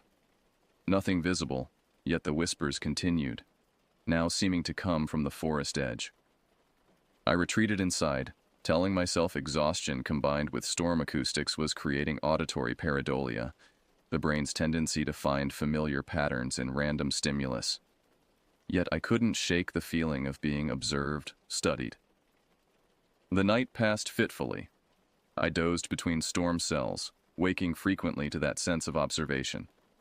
During one waking period, I glanced toward the tent door and found myself paralyzed momentarily by what appeared to be a silhouette standing there, a figure illuminated by distant lightning, observing me through the thin material. By morning, rational explanation reasserted itself. The storm had caused minor flooding near the lake, explaining unusual sounds. The silhouette must have been a tree branch casting shadows. The bone arrangement likely left by previous campers. Everything had logical explanations. Yet when I emerged from my tent to survey the area, I discovered footprints in the mud surrounding my campsite. Dozens of them, circling repeatedly, coming to my tent's entrance, then departing. Some appeared human, others disturbingly not. And scattered among the tracks were fresh bone arrangements identical to what I'd found the previous evening. I stood motionless, processing implications. Someone, or multiple people, had surrounded my tent during the night while I dozed fitfully inside, watching, listening, leaving deliberate signs of their presence. And I was still 2 days from the nearest trailhead. The morning brought clearer weather but clouded judgment. I debated my options while breaking camp with mechanical efficiency. The research importance battled with growing unease. Logic suggested heading back toward civilization, abandoning the original route and taking the most direct path to the eastern trailhead. According to my map, that meant following Blackwater Creek downstream through increasingly rugged terrain rather than continuing the planned loop. I packed thoroughly, leaving no trace of my presence, not out of typical wilderness etiquette, but from a growing sense that leaving evidence of my movements might be unwise. The bone arrangements I gathered and buried, though I couldn't articulate why this felt necessary rather than simply leaving them. The descent began straightforwardly enough. The first few miles followed recognizable trail along ridgelines offering expansive views. I maintained a faster pace than normal, checking behind me frequently, though the broad vistas confirmed I was alone in the visible landscape. By midday, I'd descended nearly 2,000 feet in elevation. The trail grew less defined as it entered denser forest approaching the creek drainage. Navigation required closer attention to topographical features rather than established pathway. The creek itself emerged gradually, first as intermittent seeps, then consistent flow, finally a respectable stream cutting through increasingly vertical terrain. I paused at a landmark boulder to check coordinates and eat something. The temperature had dropped noticeably in the drainage, shadows lengthening despite being hours from sunset. As I rechecked my route, I noticed something odd about the map, or rather about the terrain compared to my map. The drainage I followed didn't quite match what was documented. The creek bent eastward sooner than indicated, and rock formations appeared where none were marked. Initially, I attributed this to standard mapping limitations. Even detailed topographical maps simplify complex landscapes. But after another hour of hiking, the discrepancies became impossible to ignore. According to my GPS, I was directly on my planned route. Yet the physical landscape increasingly diverged from documentation. Side drainages appeared where none were mapped. The main creek now cascaded through a series of small waterfalls unmarked on any resource I carried. More concerning were the changes in vegetation. Species appeared that shouldn't exist at this elevation or ecological zone. Plants I recognized from desert regions now growing alongside alpine varieties, creating impossible biome overlaps. I stopped to document this anomaly, photographing several examples. That's when I noticed the first dead animal, a deer lying awkwardly among rocks near the creek. As a biologist, I'm accustomed to encountering mortality in wilderness. What made this concerning was the condition. No apparent cause of death, no predation marks, yet desiccated as though dead for weeks. Yet the eyes appeared unnaturally fresh, and no scavenger had touched it. I continued downstream, now documenting multiple ecological irregularities. The creek itself had developed a slightly iridescent surface quality that couldn't be attributed to natural mineral content. Small fish floated dead in eddies, displaying the same paradoxical preservation state as the deer. Around 3 p.m., I encountered another creek joining from the north, creating a confluence unmarked on any map. This presented a navigation dilemma. Which waterway to follow? Logic suggested the larger flow, but neither matched my documented route anymore. As I evaluated options, I became aware of being watched. Nothing visible, nothing audible, just that primal certainty of observation that humans retain from earlier evolutionary stages. I scanned surrounding forest and rock faces methodically. That's when I saw the first figure, partially obscured by foliage approximately 200 yards upslope. Human-sized but oddly proportioned, observing me with unnatural stillness. When I raised my binoculars, it retreated with startling speed, moving in a quadrupedal gait no human could replicate. I told myself, ranger, hunter, another hiker. But the movement pattern defied human biomechanics. Perhaps illness or injury explaining the unusual locomotion. Perhaps mountain lion, though the upright initial posture contradicted this. I chose the eastern fork arbitrarily, moving with renewed urgency. The canyon narrowed dramatically, cliff walls rising vertically from creek edges, eliminating alternative routes. I was committed to this path now, correct or not.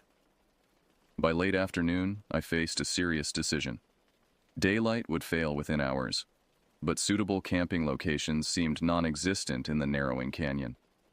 The creek had swollen significantly, despite no recent rainfall, now occupying most of the canyon floor. Forward progress required repeated stream crossings, soaking boots, and increasing hypothermia risk as temperatures dropped. Then I spotted it. Approximately 400 yards ahead, a large clearing elevated slightly above the creek. Even from distance, I could see rock formations creating natural windbreaks. A viable campsite, perhaps my only option before darkness. As I approached, details emerged that stopped me mid-stride. The clearing showed obvious signs of historical human activity. Not modern campers, but something more permanent and purposeful. Stone configurations forming perfect circles. Remnants of structures unlike any indigenous ruins I'd studied in the Southwest. And most alarmingly, similar bone arrangements to what I'd found at my previous camp, but on much larger scale.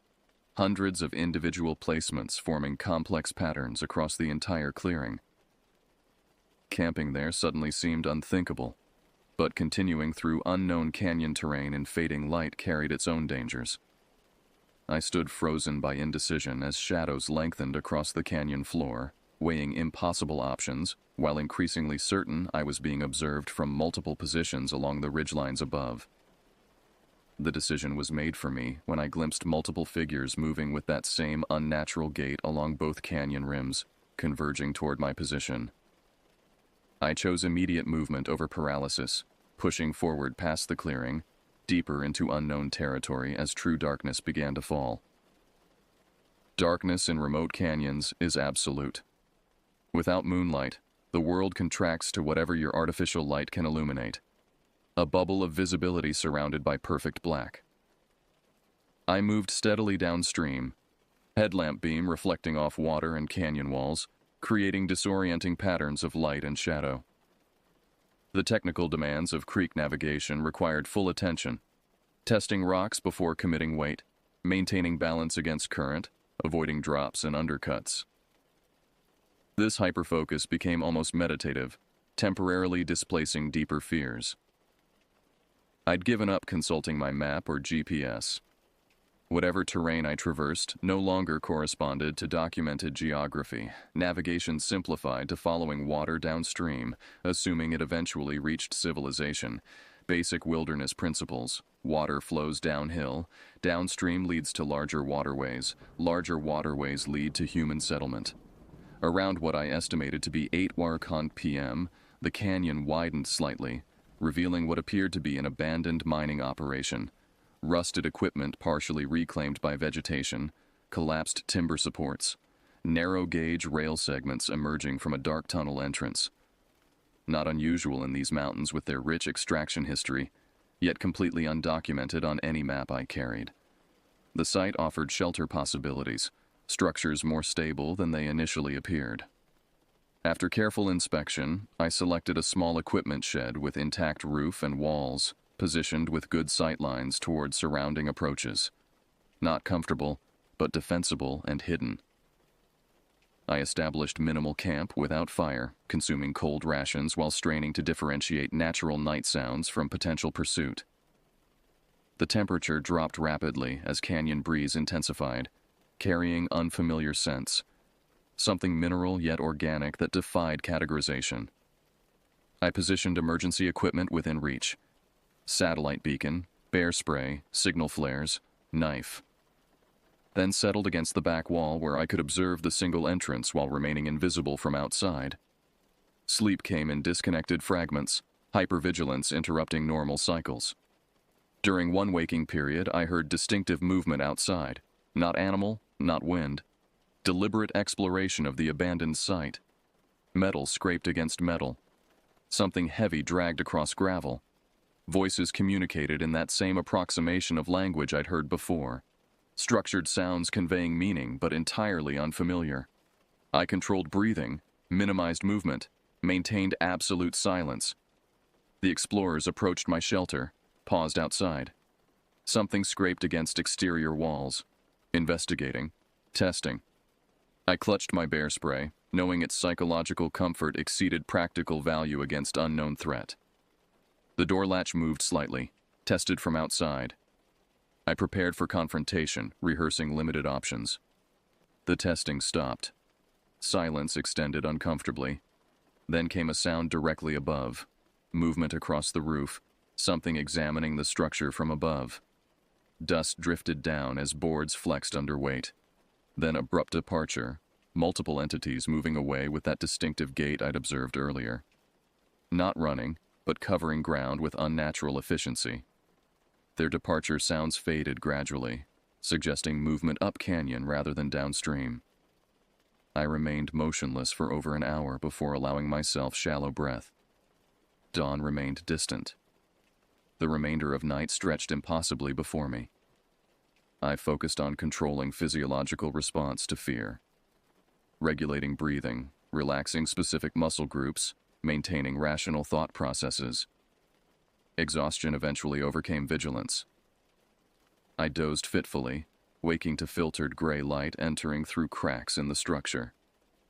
Morning had arrived, bringing temporary reprieve through simple visibility. I examined the site cautiously before emerging. The abandoned mining operation appeared differently in daylight, older than first assessment, weather damage more extensive.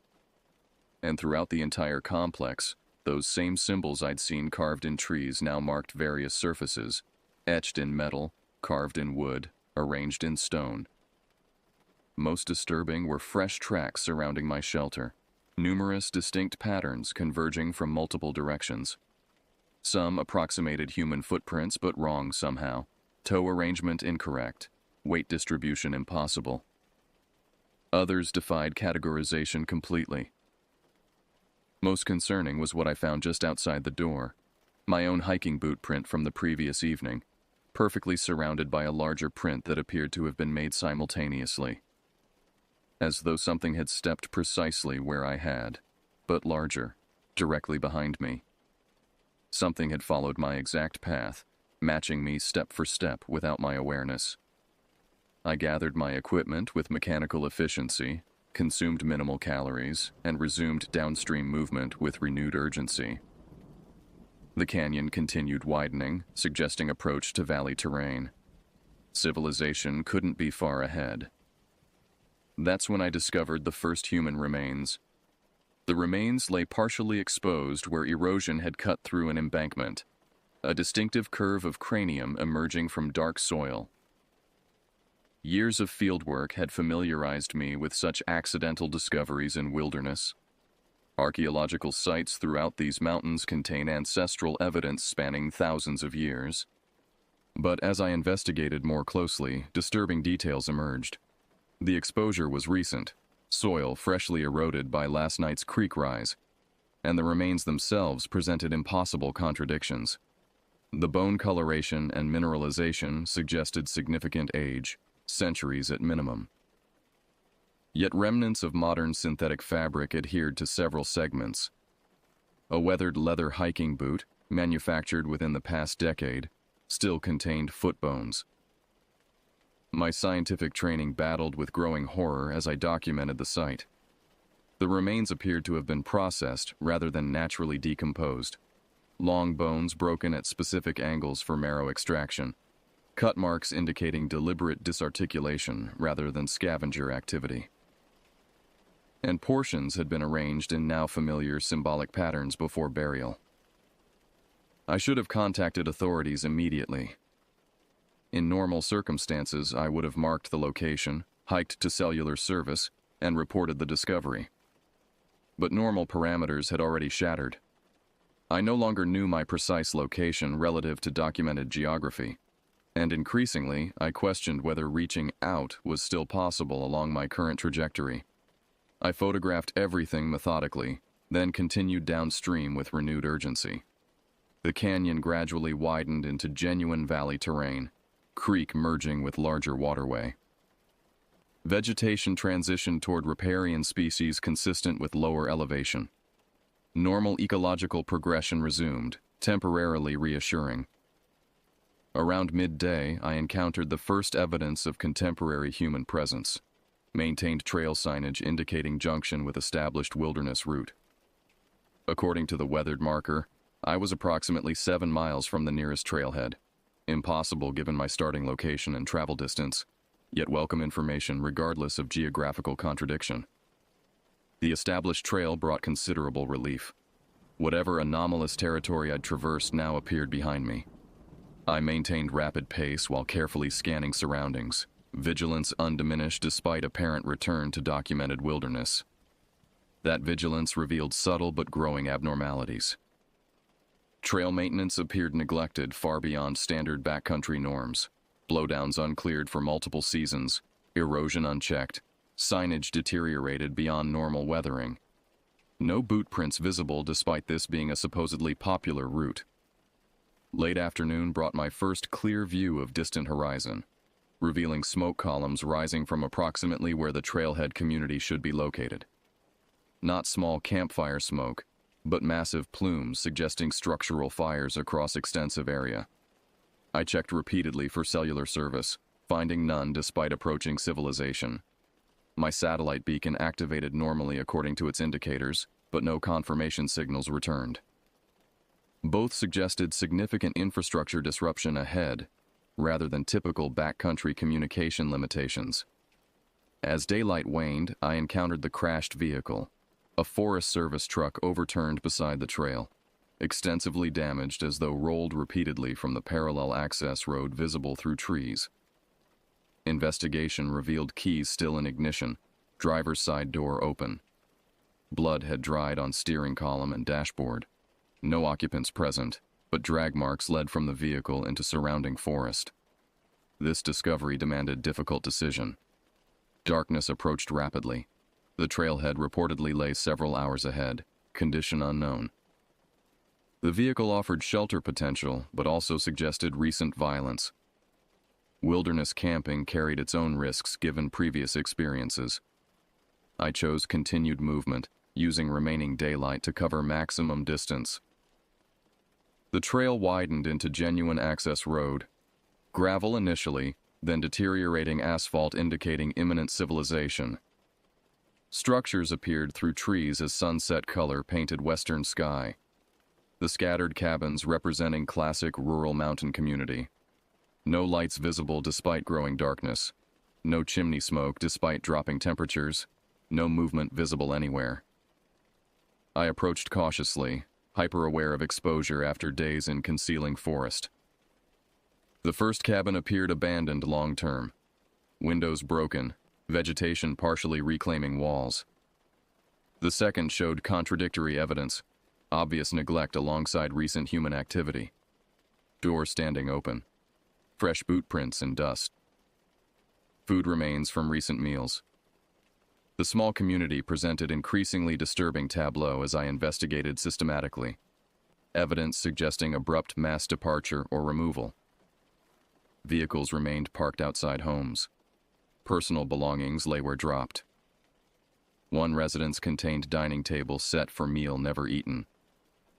Most concerning were the now familiar symbols, carved into doors, painted across windows, arranged in stone circles in precisely measured distances around community perimeter. Not ancient markings, but recently created, some still showing wet paint. The valley had darkened completely. I selected the most secure structure, concrete municipal building with functional door locks and minimal windows. The emergency generator functioned after basic maintenance, providing light and rudimentary heat. I established defensive position in interior room, barricaded access points, and inventoried available resources. The building's purpose became clear through investigation. Ranger station and emergency services center for surrounding wilderness. Maps confirming my impossible location. Communication equipment damaged beyond repair. Logbooks containing increasingly frantic entries describing events paralleling my own experiences. The final entry, dated just 3 days prior, remains seared in memory. They've surrounded the entire valley. No communication getting out. Residents gathered here but supplies limited. They don't come in daylight, but each night they take more. Always the same pattern. Symbols appear, then whispering starts. Then they come. God help anyone still in the mountains right now. I spent that night listening to the whispering start as darkness deepened, watching shadows move past windows with familiar yet impossible gait, hearing scratching at doors and walls as symbols gradually appeared across every surface visible from my barricaded position. And I understood, with perfect clarity, that I hadn't escaped anything by reaching this community. I'd simply arrived where others had already experienced what now pursued me. Dawn arrived with merciful light and temporary silence. I emerged cautiously from my barricaded position, systematically checking building security before approaching windows. The community appeared unchanged in morning light, abandoned, silent, surrounded by wilderness that suddenly seemed more adversary than refuge. The communications equipment remained non-functional despite hours of attempted repair. Vehicle keys discovered in the ranger station offered theoretical escape, but investigation revealed sabotage to every government vehicle, fuel lines cut, engines partially disassembled, tires slashed. Someone had methodically eliminated evacuation options. The ranger station records provided context for my experienced anomalies. Incident reports documented progressive events over preceding months. Unusual wildlife behavior initially, then unexplained disappearances of hikers and hunters.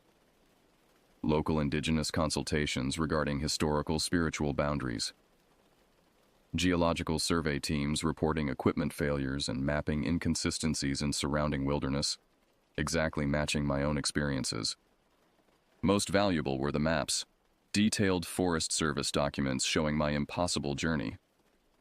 According to verified geographical data, the canyon system I'd traversed didn't exist as navigated. The mining operation I'd sheltered in had been abandoned in the 1940s, then deliberately collapsed and sealed following unexplained worker disappearances. The symbols I'd encountered were documented in anthropological records as territorial markings used by indigenous cultures to denote forbidden areas, places where boundaries between worlds had thinned. I was gathering supplies for attempted evacuation when I discovered the radio. Not standard Forest Service equipment, but military-grade emergency communication system connected to independent power supply. The operation instructions indicated satellite connectivity functioning on dedicated channels, regardless of local infrastructure. It took nearly an hour to establish transmission protocols. When connection finally confirmed, I provided comprehensive emergency information, location, situation assessment, number of potential survivors, threat evaluation. The response came immediately, voice calm but response concerning. Confirmed visual on your location. Evacuation assets dispatched but earliest arrival, 600 tomorrow. Secure position established in municipal building. Maintain current protocols until extraction. Be advised. Maximum security containment procedures implemented for your location following incident classification. Define current symbol status surrounding your position. I described the symbols systematically. Locations, patterns, chronology of appearance. The extended silence following my description communicated more than subsequent words. Symbols indicate active hunting phase. Recommend immediate relocation from municipal building. Previous extraction attempts failed when symbols reached current configuration. Alternative shelter recommendations follow. The voice provided coordinates to nearby cave system, apparently offering defensive advantages against what hunted here. According to military assessment, the entities followed consistent pattern. Symbolic marking, isolation of prey through infrastructure disruption, individual extraction over multiple nights, eventually taking entire communities. The cave system apparently disrupted their hunting methods through natural geological properties. If I could reach it before sunset, extraction team had higher probability of successful recovery. Estimated survival increased from 15% to 65% with recommended relocation. I gathered essential supplies, documented all findings for potential future evidence, and departed the relative security of the municipal building with profound reluctance. The coordinates indicated cave entrance approximately 4.5 miles northwest, reachable before sunset with immediate departure and direct route. The community appeared different in broad daylight, evidence of struggle more apparent, blood traces visible where darkness had concealed them, drag marks leading from multiple buildings toward surrounding forest. Most disturbing were fresh symbols appearing on previously unmarked surfaces even as I watched, materializing gradually as though being carved by invisible hands. The route northwest led uphill through increasingly thick forest. I maintained rapid pace while documenting key landmarks for potential return navigation. The military coordinates proved precise. Limestone cliff face emerging through vegetation at exactly the described location, narrow entrance partially concealed by natural rockfall. The cave interior extended deep into mountain, evidence of previous human occupation immediately apparent. Modern emergency supplies stacked methodically, communications equipment installed but currently non-functional. Most concerning were defensive preparations, improvised barriers, weapons positioned at strategic points, observation platforms constructed at narrow passages. Someone had prepared for siege here. Recently, I established security according to military protocol instructions, barricading entrance while maintaining observation point. As sunset approached, I witnessed the hunting pattern begin exactly as described, symbols appearing across visible landscape first, followed by whispered communications from multiple directions, finally shadowed movements becoming gradually more visible as darkness deepened. They no longer concealed their presence or approach. They moved directly toward my position with obvious intent and coordination. Their forms remained difficult to perceive clearly. Something in their movement and structure resisted direct observation, as though existing partially in peripheral vision regardless of direct focus. What could be observed contradicted biological possibility. Limb structures allowing impossible locomotion, physical proportions defying anatomical constraints. They maintained distance initially, establishing perimeter around cave entrance rather than attempting immediate breach. The military instructions had emphasized maintaining complete silence after sunset. Any human vocalization apparently triggered immediate aggression. I complied absolutely, controlling breathing through techniques practiced during previous encounters. Hours passed in silent standoff. Their movements became increasingly animated around midnight. Agitation or excitement communicated through that same approximate language. Something had changed in their behavior pattern. The satellite radio activated unexpectedly, automatic transmission cutting through silence with mechanical precision.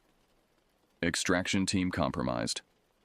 Alternative assets redirected. Estimated arrival revised to approximately 48 hours. Maintain current position. Under no circumstances attempt self-extraction before sunrise. Re-establish communication at 0600 for updated protocols. The transmission brevity suggested emergency communication constraints, likely recorded message dispatched automatically rather than live operator. The content confirmed worst fears. Whatever hunted here had intercepted professional military extraction team. My survival probability had just diminished catastrophically. The entities reacted immediately to the transmission, behavior shifting from containment to direct aggression. They approached cave entrance with coordinated purpose, testing defensive barriers systematically while maintaining constant vocalization. Their language had shifted to include recognizable elements, English words interspersed with their own communication, likely learned from previous victims. They called my name with perfect pronunciation. They described the municipal building where I'd hidden previously. They recited coordinates of my original hiking route. They knew everything about me, my movements, my purpose here. They began dismantling external barriers with methodical efficiency. Not frenzied assault, but deliberate deconstruction. Their physical capabilities became increasingly apparent, strength exceeding human limitations, dexterity allowing manipulation of complex mechanisms, problem-solving intelligence directing coordinated effort. I retreated deeper into cave system, establishing secondary defensive position at narrowest passage. If they breached initial barriers, this choke point offered final advantage, allowing single-direction defense against limited front approach. The night progressed through cycles of assault and temporary withdrawal. Each progressive breach brought them closer to my position. Each withdrawal seemed calculated rather than defeated, assessment rather than retreat. They were learning the cave system's defensive properties, adapting methods accordingly. By pre-dawn hours, they had penetrated approximately 70% of established defenses. My position had compressed to final defensive perimeter. Their vocalizations had evolved to nearly perfect English, now communicating clear intent rather than approximated mimicry. We've taken everyone else. The symbols mark our territory. This has always been ours. You're studying plants that grow from what remains of those who came before. Your government knows. They've always known. They sent people here to feed us, maintain the boundary.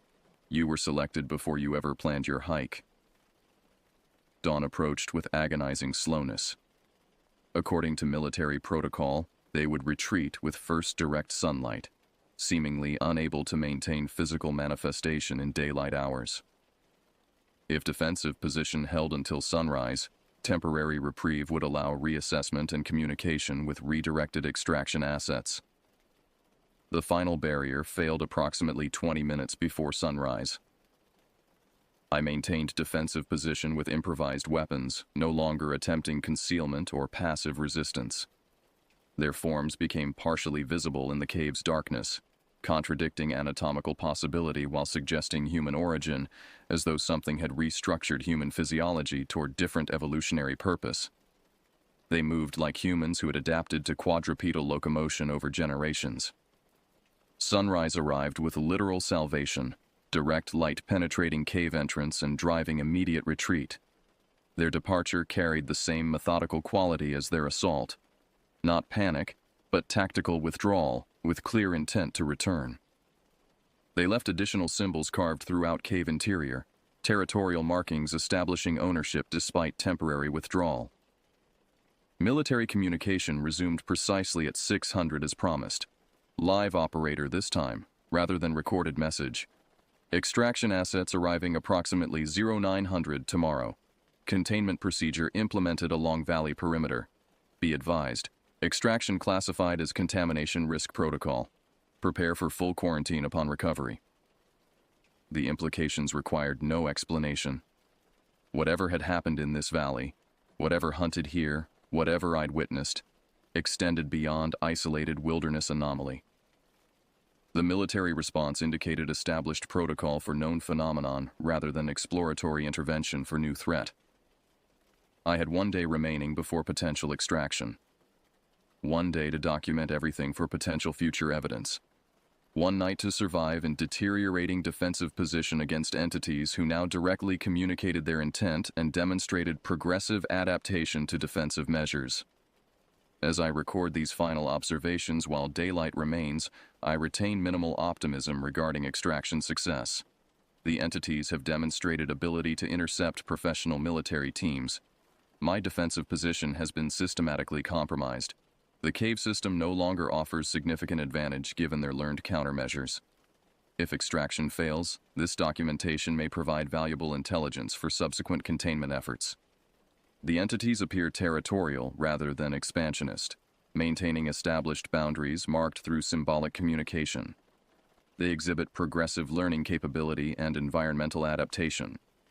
They utilize psychological warfare tactics alongside physical assault. They appear capable of absorbing knowledge from those they take. Night approaches with mathematical certainty. I've established final defensive position at cave entrance rather than interior, optimizing potential extraction access rather than prolonging inevitable compromise. The satellite radio remains functional, monitoring extraction team progress. Their approach vector suggests aerial insertion rather than ground transportation, logical given territorial control demonstrated by entities. The sun touches western horizon now. I observe familiar pattern initiating across visible landscape, symbols manifesting on previously unmarked surfaces, whispered communication beginning from multiple directions simultaneously. Their territorial boundaries expand with each progressive night. The symbols appearing now cover considerably more area than previous manifestations.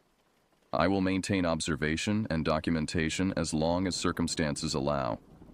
If extraction succeeds, subsequent debriefing will include all recorded evidence and personal testimony. If extraction fails, this record may provide crucial intelligence for understanding what hunts in these mountains. Final observation as last direct sunlight fades. They've changed their approach pattern tonight. They're not surrounding the cave as previously established. They're forming reception line along projected aerial insertion route. They're anticipating extraction methodology and positioning to intercept. They're learning. The whispers have started. They're saying my name.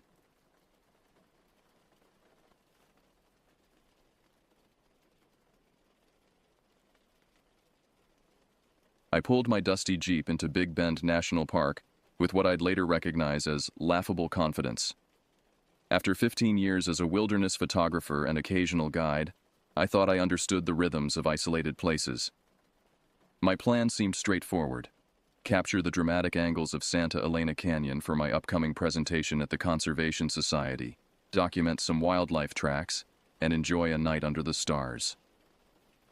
The digital thermometer on my dashboard read 102 degrees as I followed the winding park road. Even with the air conditioning straining at maximum, sweat trickled down my neck. Something about the quality of light here always unsettled me. how it bleached colors during the day and transformed everything into menacing silhouettes at dusk. When I finally reached the Santa Elena Canyon parking area, only two other vehicles remained, a Park Service truck and a weathered pickup. The visitor center had warned about reduced water levels in the Rio Grande due to the ongoing drought, making river crossings more accessible than usual, to humans and animals alike. As I gathered my camera equipment, a park ranger approached. Her uniform was impeccably pressed despite the heat, but dark circles ringed her eyes. "Planning to hike the canyon trail?" she asked, eyeing my gear. "Just some photography before sunset," I replied. "Anything I should know about?" Her expression tightened almost imperceptibly. "We've had unusual predator activity lately. Mountain lions, mostly. They're coming closer to the trails than we've seen in years." "Drought pushing them toward water sources?" She nodded. "That's our theory. Just keep your eyes open. Don't wander off trail, especially as light fades. And maybe don't stay out too late." Something in her tone made me take the warning more seriously than I might have otherwise. As her truck pulled away, leaving me alone in the parking lot, I couldn't shake the feeling that she'd held something back. The trail to Santa Elena Canyon stretched before me, winding through scrubby vegetation and rocky terrain. Each step kicked up small clouds of dust that hung in the still air. The immense canyon walls loomed ahead, growing more imposing as I approached. A geological masterpiece carved by millennia of flowing water and patient time. I'd been here twice before, but something felt different today. The usual ambient sounds of the desert, distant bird calls, the rustle of small creatures in the underbrush, seemed muted, as though the landscape itself was holding its breath. Every few minutes, I stopped to listen, increasingly aware of how my footsteps echoed against the stone. The temperature began to drop as the sun lowered toward the horizon, casting long shadows across the trail. I quickened my pace, wanting to reach the canyon mouth before losing the perfect light for photographs. My backpack felt heavier with each step, the camera equipment inside suddenly an awkward burden. About halfway to the canyon, I stopped to drink from my water bottle. As I tilted my head back, I noticed unusual scratches on a nearby mesquite tree, deep gouges in the bark, far higher than a coyote or javelina could reach. Fresh marks, the exposed wood still pale. Something large had sharpened its claws here recently. I remembered the ranger's warning and scanned the surrounding landscape more carefully.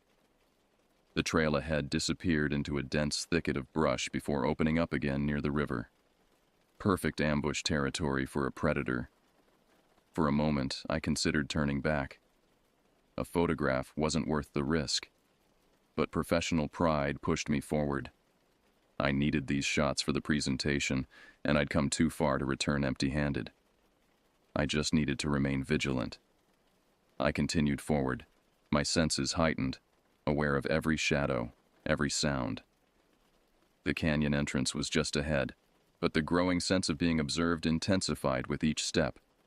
Not the generalized feeling of being in wild country, but something more specific, the distinct sensation of being targeted. The canyon's entrance framed the remaining daylight dramatically, towering walls of stratified limestone catching the last warm rays of sun. Under different circumstances, I would have been captivated by the play of light and shadow.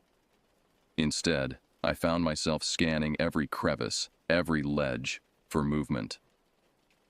I set up my tripod near the edge of the diminished Rio Grande. The water level was indeed lower than I'd ever seen it, a narrow channel rather than the flowing barrier it should have been. The Mexican side of the canyon seemed unnervingly close. Through my telephoto lens, I framed the perfect shot of the canyon's interior when a flicker of movement caught my eye. Across the river, partially obscured by brush, something large shifted position. I adjusted my focus, expecting to see a deer or perhaps a wild pig. What came into view instead froze my blood. A mountain lion, the largest I'd ever encountered, crouched in the shadows.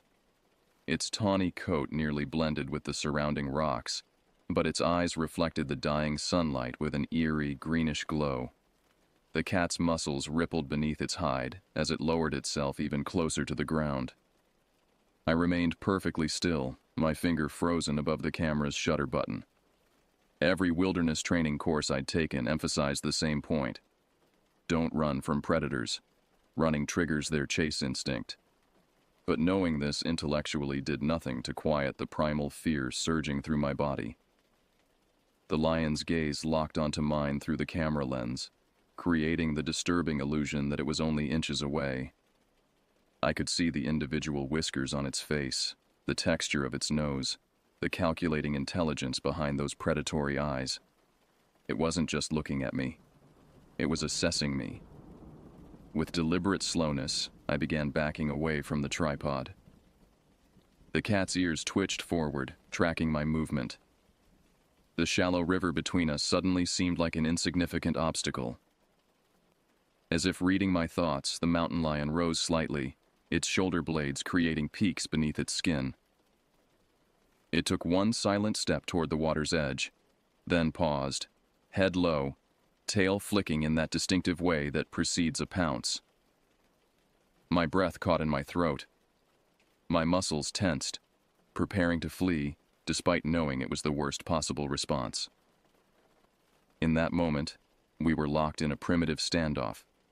Predator and prey, separated by nothing more than a few yards of shallow water and millions of years of evolution. A distant sound, perhaps another animal moving through the brush, broke our standoff. The mountain lion's attention shifted momentarily, its head turning slightly toward the noise. That fractional diversion was all I needed. I backed away faster now, abandoning my expensive tripod and camera without a second thought. My foot slipped on loose gravel, sending small stones clattering down the embankment toward the water. The sound drew the cat's focus back to me, its eyes narrowing. In one fluid motion, it dropped into a crouch again, muscles bunching beneath its hide. I knew what was coming next. Without conscious thought, I turned and ran. Every footfall on the rocky trail thundered in my ears. Each breath burned in my lungs. I expected at any moment to feel claws tearing into my back, to be driven face first into the dirt by several 100 pounds of apex predator. But the attack never came. After 50 yards of blind panic, I risked a glance over my shoulder. The mountain lion remained on the far bank, watching me flee with what appeared to be cold curiosity rather than predatory intent. Perhaps the river, shallow as it was, still presented enough of an obstacle. Perhaps I wasn't worth the effort. I didn't stop running until I reached a bend in the trail that finally broke our line of sight. Doubling over, hands on knees, I gulped air into burning lungs. Sweat drenched my shirt despite the cooling evening air. My camera equipment, several $1,000s worth, stood abandoned near the river's edge. For 15 minutes, I remained frozen in indecision. The rational part of my brain argued that I should retrieve the equipment. Mountain lions rarely attack adult humans, and this one had shown no aggressive behavior beyond its intimidating stare. The primitive part of my brain, however, screamed that nothing was worth risking a confrontation with that efficient killing machine. In the end, self-preservation won. As twilight deepened into dusk, I made the shameful choice to continue back to the parking lot without my gear. I could report the encounter to park rangers, perhaps return with them in the morning. Photographs, no matter how important, weren't worth my life. The hike back stretched interminably. Every rustle in the undergrowth, every shadow that shifted in the growing darkness, became a potential threat. By the time I reached my Jeep, my shirt was soaked through with fear sweat, and my hands trembled so badly I struggled to unlock the door. The ranger's station was closed by the time I reached it. A handwritten sign directed emergency calls to a number I immediately dialed, but the conversation proved less than reassuring. "We've had 3 mountain lion sightings this week," the ranger confirmed after I described my encounter. "Unusual behavior, definitely concerning, but we're short-staffed tonight. I can't send anyone to retrieve your equipment until morning." "What about the cat?" I asked. It seemed, I don't know, unusually bold. A pause. "We're monitoring the situation. Just stick to designated camping areas tonight and keep your food secured. We'll meet you at the trailhead at 7 tomorrow." The campsite the ranger directed me to was little more than a cleared area with a fire ring and pit toilet. One other vehicle was parked there, a compact car with out-of-state plates. Its occupants had already retired to their tent for the night, the thin fabric glowing from a lantern inside. I parked my Jeep with the headlights illuminating as much of the surrounding area as possible before shutting off the engine. The abrupt darkness that followed seemed to press against the windows like a physical presence. Even with the doors locked and windows up, I felt dangerously exposed. The persistent cough I'd been fighting for days flared up, leaving me gasping. I fumbled through my supplies until I found the bottle of NyQuil I'd packed as a precaution. The medicine's potent drowsiness effect might be the only thing capable of overriding my hypervigilant state. I measured out a dose, swallowed the syrupy liquid, and arranged my sleeping bag in the back of the Jeep. Every few minutes, I swept my flashlight across the campsite perimeter, half expecting to catch reflective eyes staring back at me. The neighboring campers extinguished their lantern, plunging the site into near-total darkness. The quarter moon provided just enough illumination to transform ordinary objects, a twisted juniper tree, a stack of rocks, a signpost, into crouching figures poised to attack. The NyQuil began working within 20 minutes, dragging me toward unconsciousness despite my resistance. My thoughts grew disconnected, fragmentary. The memory of the mountain lion's stare merged with half-formed dreams, creating a kaleidoscope of menace. In this twilight state between wakefulness and sleep, I became convinced I could hear scratching against the Jeep's exterior. Soft at first, then more insistent, claws testing the metal shell that protected me. I tried to sit up to grab my flashlight, but my limbs felt impossibly heavy. The scratching moved around the vehicle, methodical and patient. I managed to turn my head toward the window, and for one heart-stopping moment, I was certain I saw the mountain lion's face pressed against the glass, its whiskers splayed, breath fogging the surface, eyes luminous with hunger. I tried to scream but produced only a strangled whimper. The medication had rendered me paralyzed, trapped in a body that wouldn't respond while my mind remained terrifyingly alert. The lion's face disappeared, but the scratching continued, now underneath the vehicle. Metal groaned as something heavy pressed against the chassis. I imagined claws working their way through the floorboards, seeking soft flesh. Time distorted. Minutes stretched into what felt like hours. The sounds continued, scratching, breathing, occasional low growls that vibrated through the metal. I floated in pharmaceutical half-consciousness, unable to distinguish reality from nightmare. At some point, I must have fallen fully asleep, because the next sensation I registered was being jolted awake by a piercing scream that cut through the night. My eyes flew open, heart hammering against my ribs. The scream came again, a high, wavering sound that no human throat could produce. A mountain lion's call. Close, very close. I lurched upright, the medication's effect leaving me disoriented and nauseous. My watch read 3:17 a.m. The interior of the Jeep was stifling, my sleeping bag drenched with sweat. The cat screamed again, the sound bouncing off canyon walls, making it impossible to determine direction or distance. I fumbled for my flashlight and swept the beam across the windows. Nothing visible, but that meant little. Mountain lions are masters of concealment. A sudden irrational panic seized me. What if the doors had somehow come unlocked? What if I'd left a window cracked open? I scrambled to check each door, each window, breathing only when I confirmed the vehicle remained secured. The neighboring tent showed no signs of disturbance. Either its occupants were remarkably heavy sleepers, or they too were lying awake, motionless with fear. Another scream, closer this time. I couldn't remain passive any longer. I crawled into the driver's seat and started the engine, flooding the area with headlights. The sudden illumination revealed nothing but empty ground and twisted vegetation. I left the engine running, taking comfort in its mechanical rumble.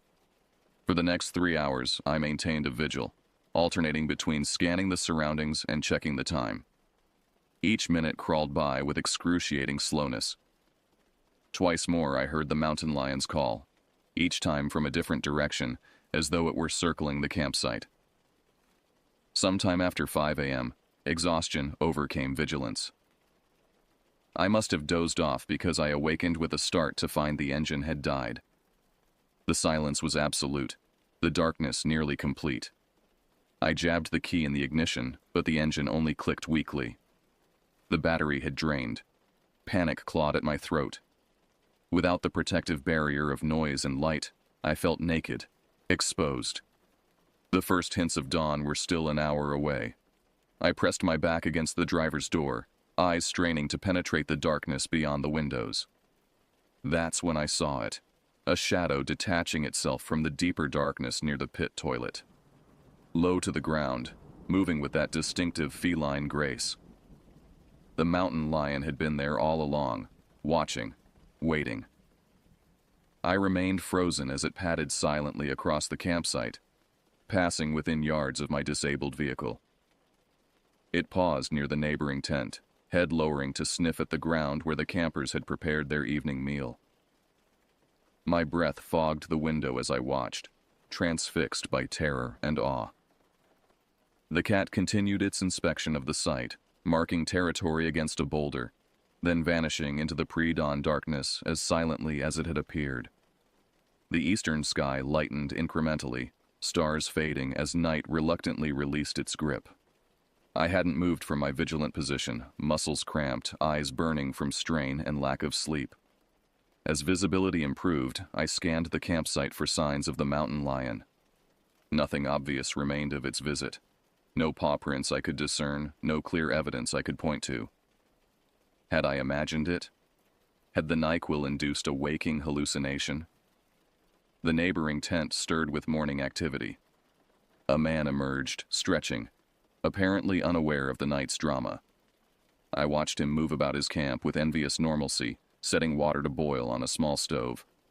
When he noticed me sitting motionless in my Jeep, he raised a hand in greeting. I managed a weak wave in return.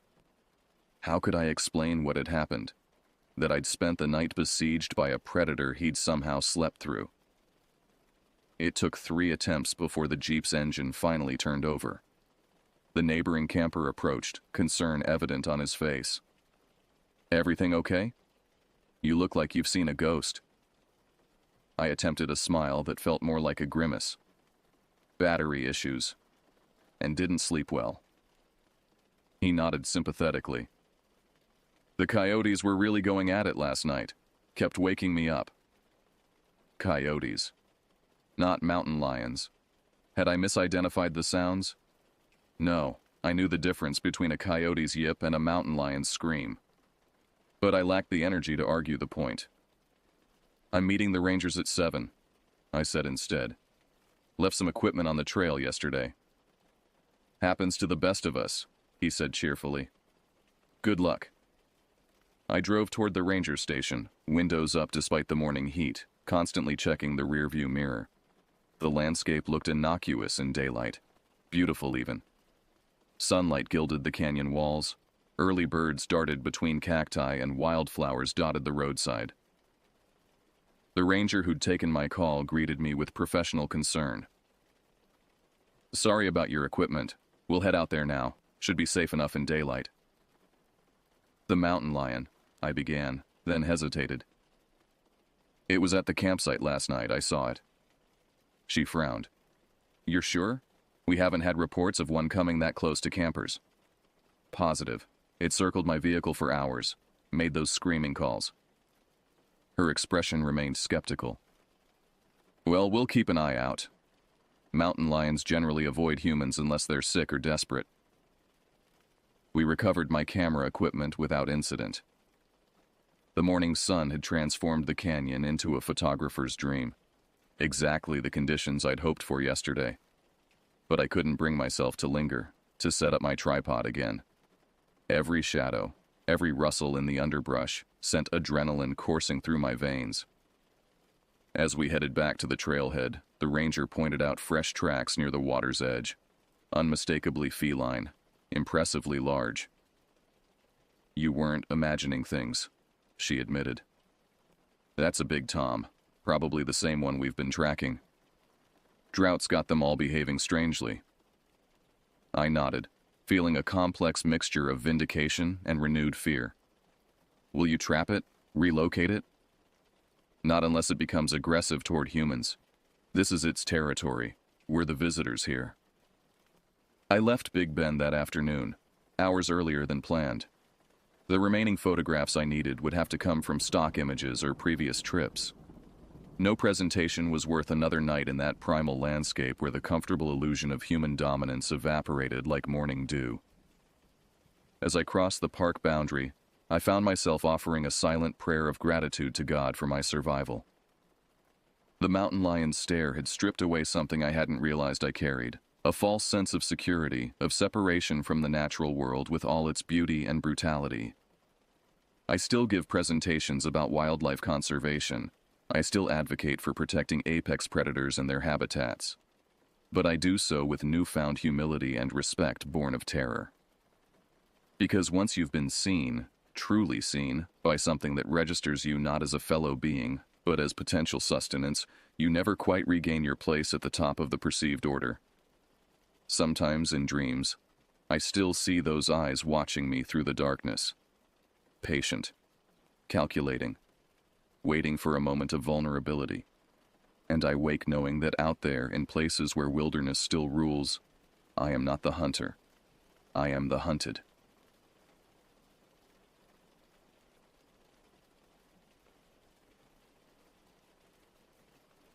This happened to me during the spring of 2021, when I was 19 years old and trapped in what felt like an endless cycle of pandemic restrictions. The world had been locked down for over a year, and our small town of Cedar Falls felt more isolated than ever. School had been a mixture of virtual classes and sporadic in-person sessions, but by late May, most of us had completed our coursework early. The administration basically told us that if we had finished our requirements, we didn't need to show up for the remaining weeks. Freedom, in the limited sense that existed during those times, finally felt within reach. My group of friends had been going stir-crazy for months. We'd exhausted every video game, binged every series worth watching, and had grown tired of the endless video calls that had replaced real human interaction. The only activity that remained consistently available to us was fishing. It was outdoors, socially distanced by nature, and gave us something to focus on besides the suffocating atmosphere of constant uncertainty that had dominated our lives. Every morning at exactly 6 a.m., the six of us would meet up. Trevor, who had somehow managed to keep his beat-up Honda Pilot running despite his father's predictions of imminent breakdown, would pick up the rest of us since we all lived within a few blocks of each other in the Riverside neighborhood. The routine had become sacred to us. Tyler and Jordan from Maple Street, Ben and Drew from Oak Avenue, and myself from the corner house on Pine Road.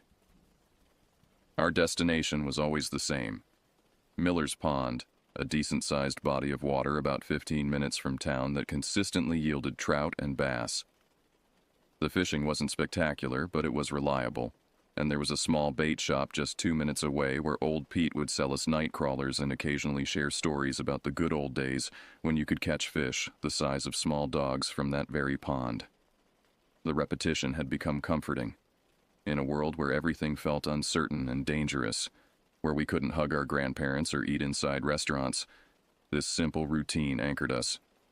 We'd cast our lines, talk about nothing and everything, and for a few hours pretend that the world made sense again.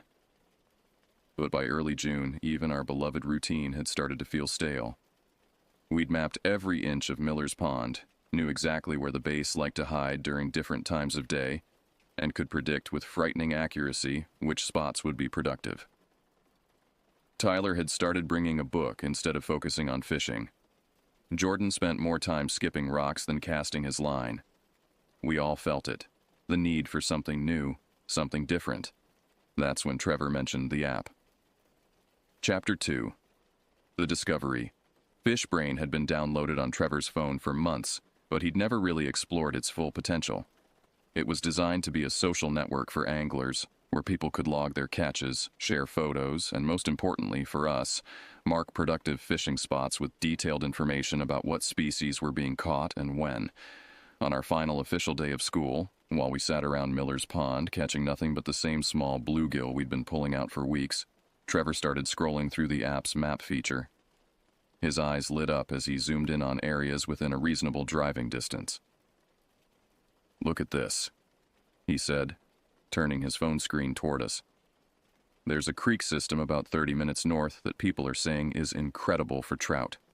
Rainbow, brook, and apparently some brown trout too." The location markers showed consistent catches over the past several weeks. Photos of beautiful rainbow trout with vivid pink stripes, brook trout with their distinctive speckled patterns, and even a few impressive brown trout that looked like they belonged in a fishing magazine rather than a small creek in our area. "Says here the access is a bit of a hike," Trevor continued, reading the details. "About 4 miles of trail to reach the best spots, but look at these fish." He scrolled through photo after photo. These weren't the small, somewhat disappointing fish we'd been catching at Miller's Pond. These were the kind of trout that made fishing feel like an adventure rather than just a way to pass time. Ben leaned over to get a better look.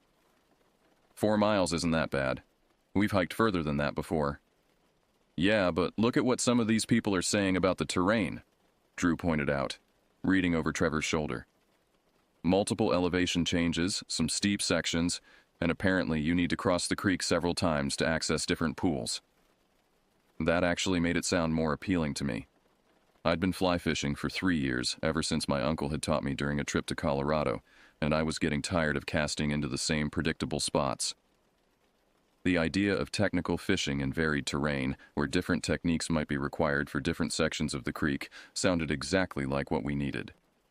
"The app shows that the best fishing is early morning," Tyler observed, "so we'd need to start even earlier to account for the drive and hike."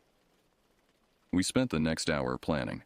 The logistics were more complex than our usual routine, but not impossibly so. Trevor would pick everyone up at 5:30 a.m. instead of 6 a.m. We'd need to pack more supplies since we'd be hiking for several hours and wouldn't have the convenience of Pete's bait shop nearby. Most importantly, we'd need to let our parents know we'd be going to a new location and would likely be out of cell phone range for most of the day. The more we talked about it, the more excited we became. This felt like the first real adventure we'd had in over a year. Everything else in our lives had become so controlled, so limited, so predictable. The idea of exploring somewhere new, somewhere that might actually challenge us, felt like stepping back into a version of ourselves we'd almost forgotten existed. "Let's do it tomorrow," I suggested. "It's supposed to be clear and cool in the morning, perfect fishing weather." Everyone agreed immediately. We spent the rest of the afternoon gathering information about the location, studying the trail maps available online, and planning what gear to bring. I decided I'd pack both my fly rod for the shallow areas where I could work on my technique, and my spinning rod for the deeper pools where the bigger fish would likely be waiting. That night, I had trouble falling asleep. Not because I was worried, but because I was genuinely excited for the first time in months. I kept thinking about the photos we'd seen on the app, imagining myself working my way up that creek, reading the water, adapting my technique to new challenges. I had no idea that within 24 hours fishing would be the furthest thing from my mind. Trevor's Honda Pilot rumbled to life at 5:25 a.m., cutting through the pre-dawn silence of our neighborhood. The early June air was crisp and carried the scent of dew-covered grass and the faint aroma of someone's coffee brewing somewhere nearby. I had packed my gear the night before. Fly rod, spinning rod, tackle box organized with various flies and lures, a day pack with water and snacks, and my camera to document what I hoped would be our best fishing trip yet. The others emerged from their houses like zombies, still half asleep, but carrying their gear with the practiced efficiency of people who'd done this routine dozens of times before. Tyler clutched a large coffee mug and moved with the deliberate slowness of someone not quite ready to be awake. Jordan had his lucky fishing hat pulled low over his eyes and carried what looked like enough tackle to stock a small sporting goods store. "Everyone ready for an adventure?" Trevor asked with the forced cheerfulness of someone trying to convince himself he was fully awake.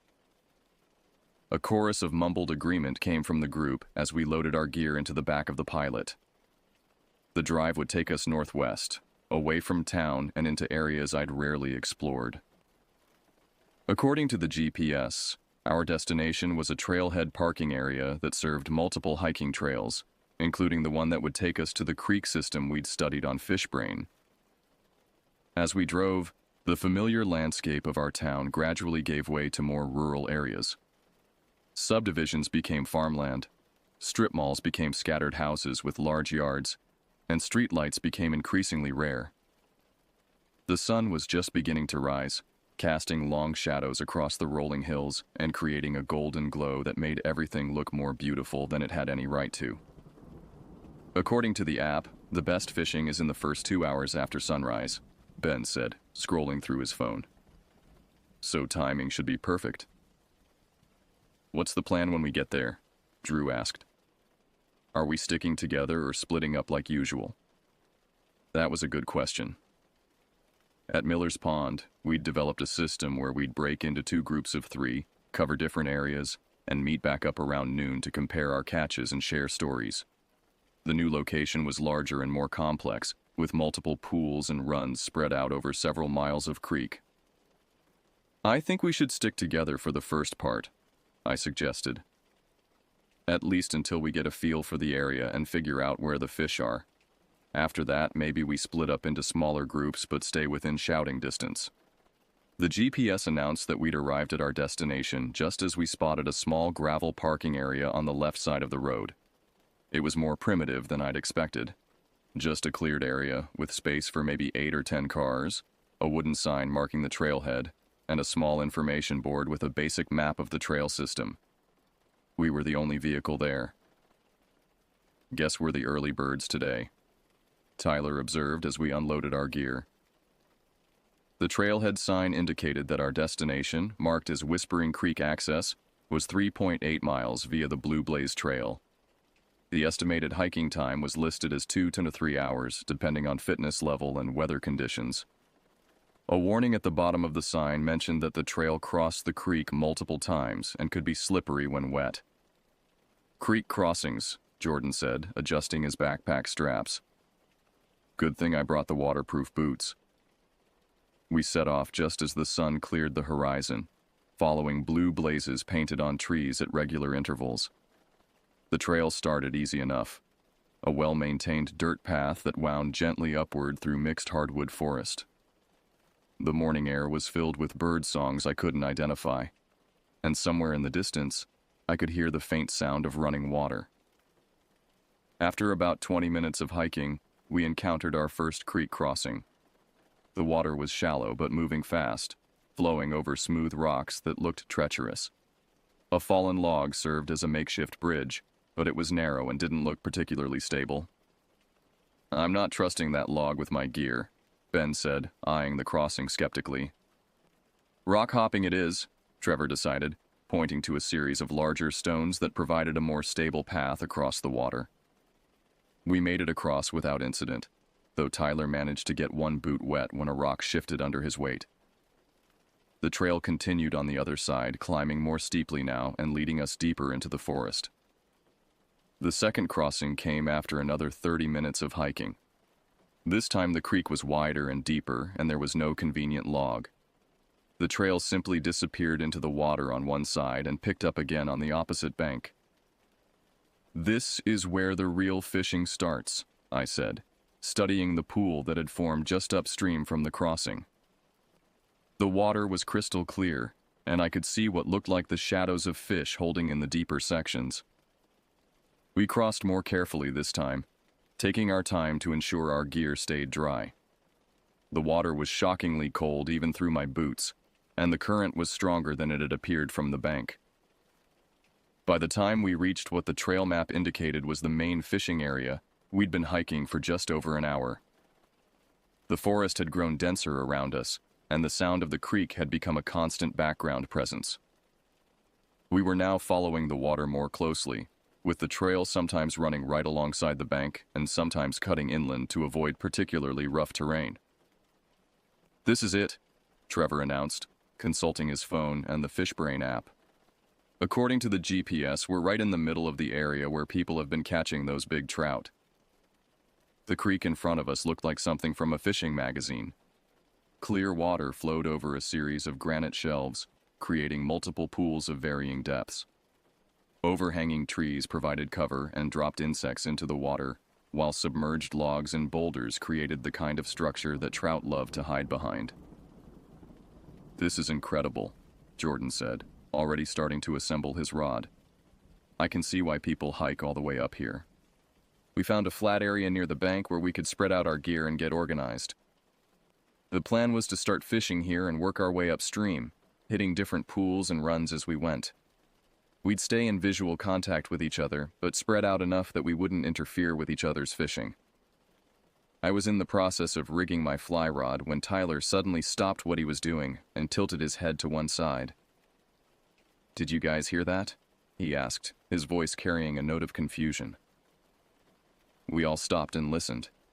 At first, all I could hear was the sound of water flowing over rocks and the gentle rustling of leaves in the breeze. Then, faintly, from somewhere upstream, came the sound of something moving through the undergrowth.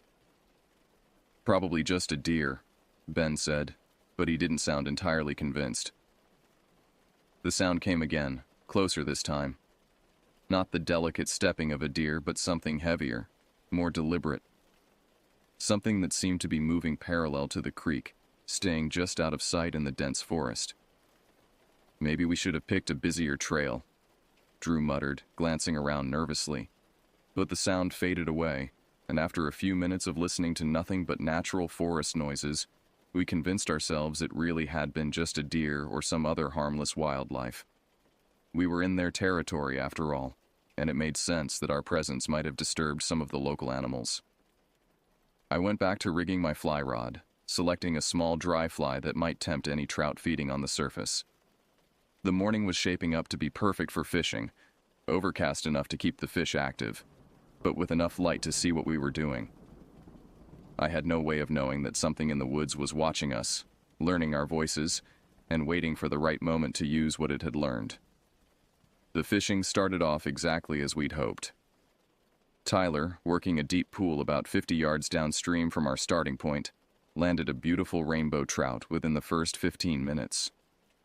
Jordan had connected with something substantial in a run beneath an overhanging tree, though he lost it when his line got tangled in the branches.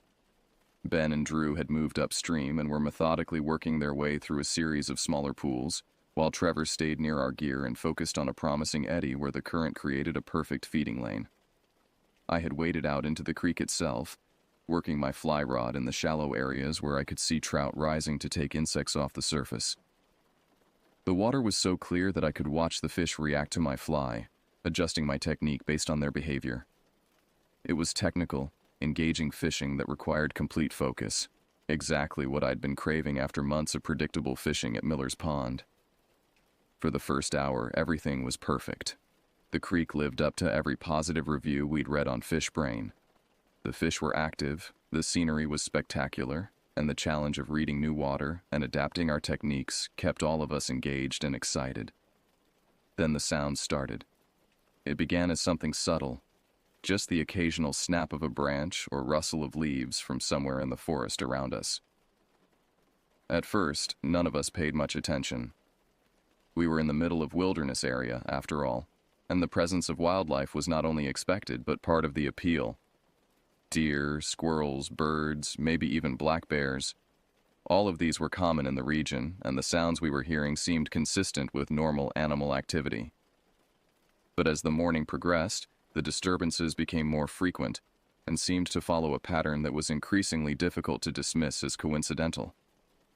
I was in the middle of working a particularly promising pool when I heard what sounded like footsteps in the forest behind me.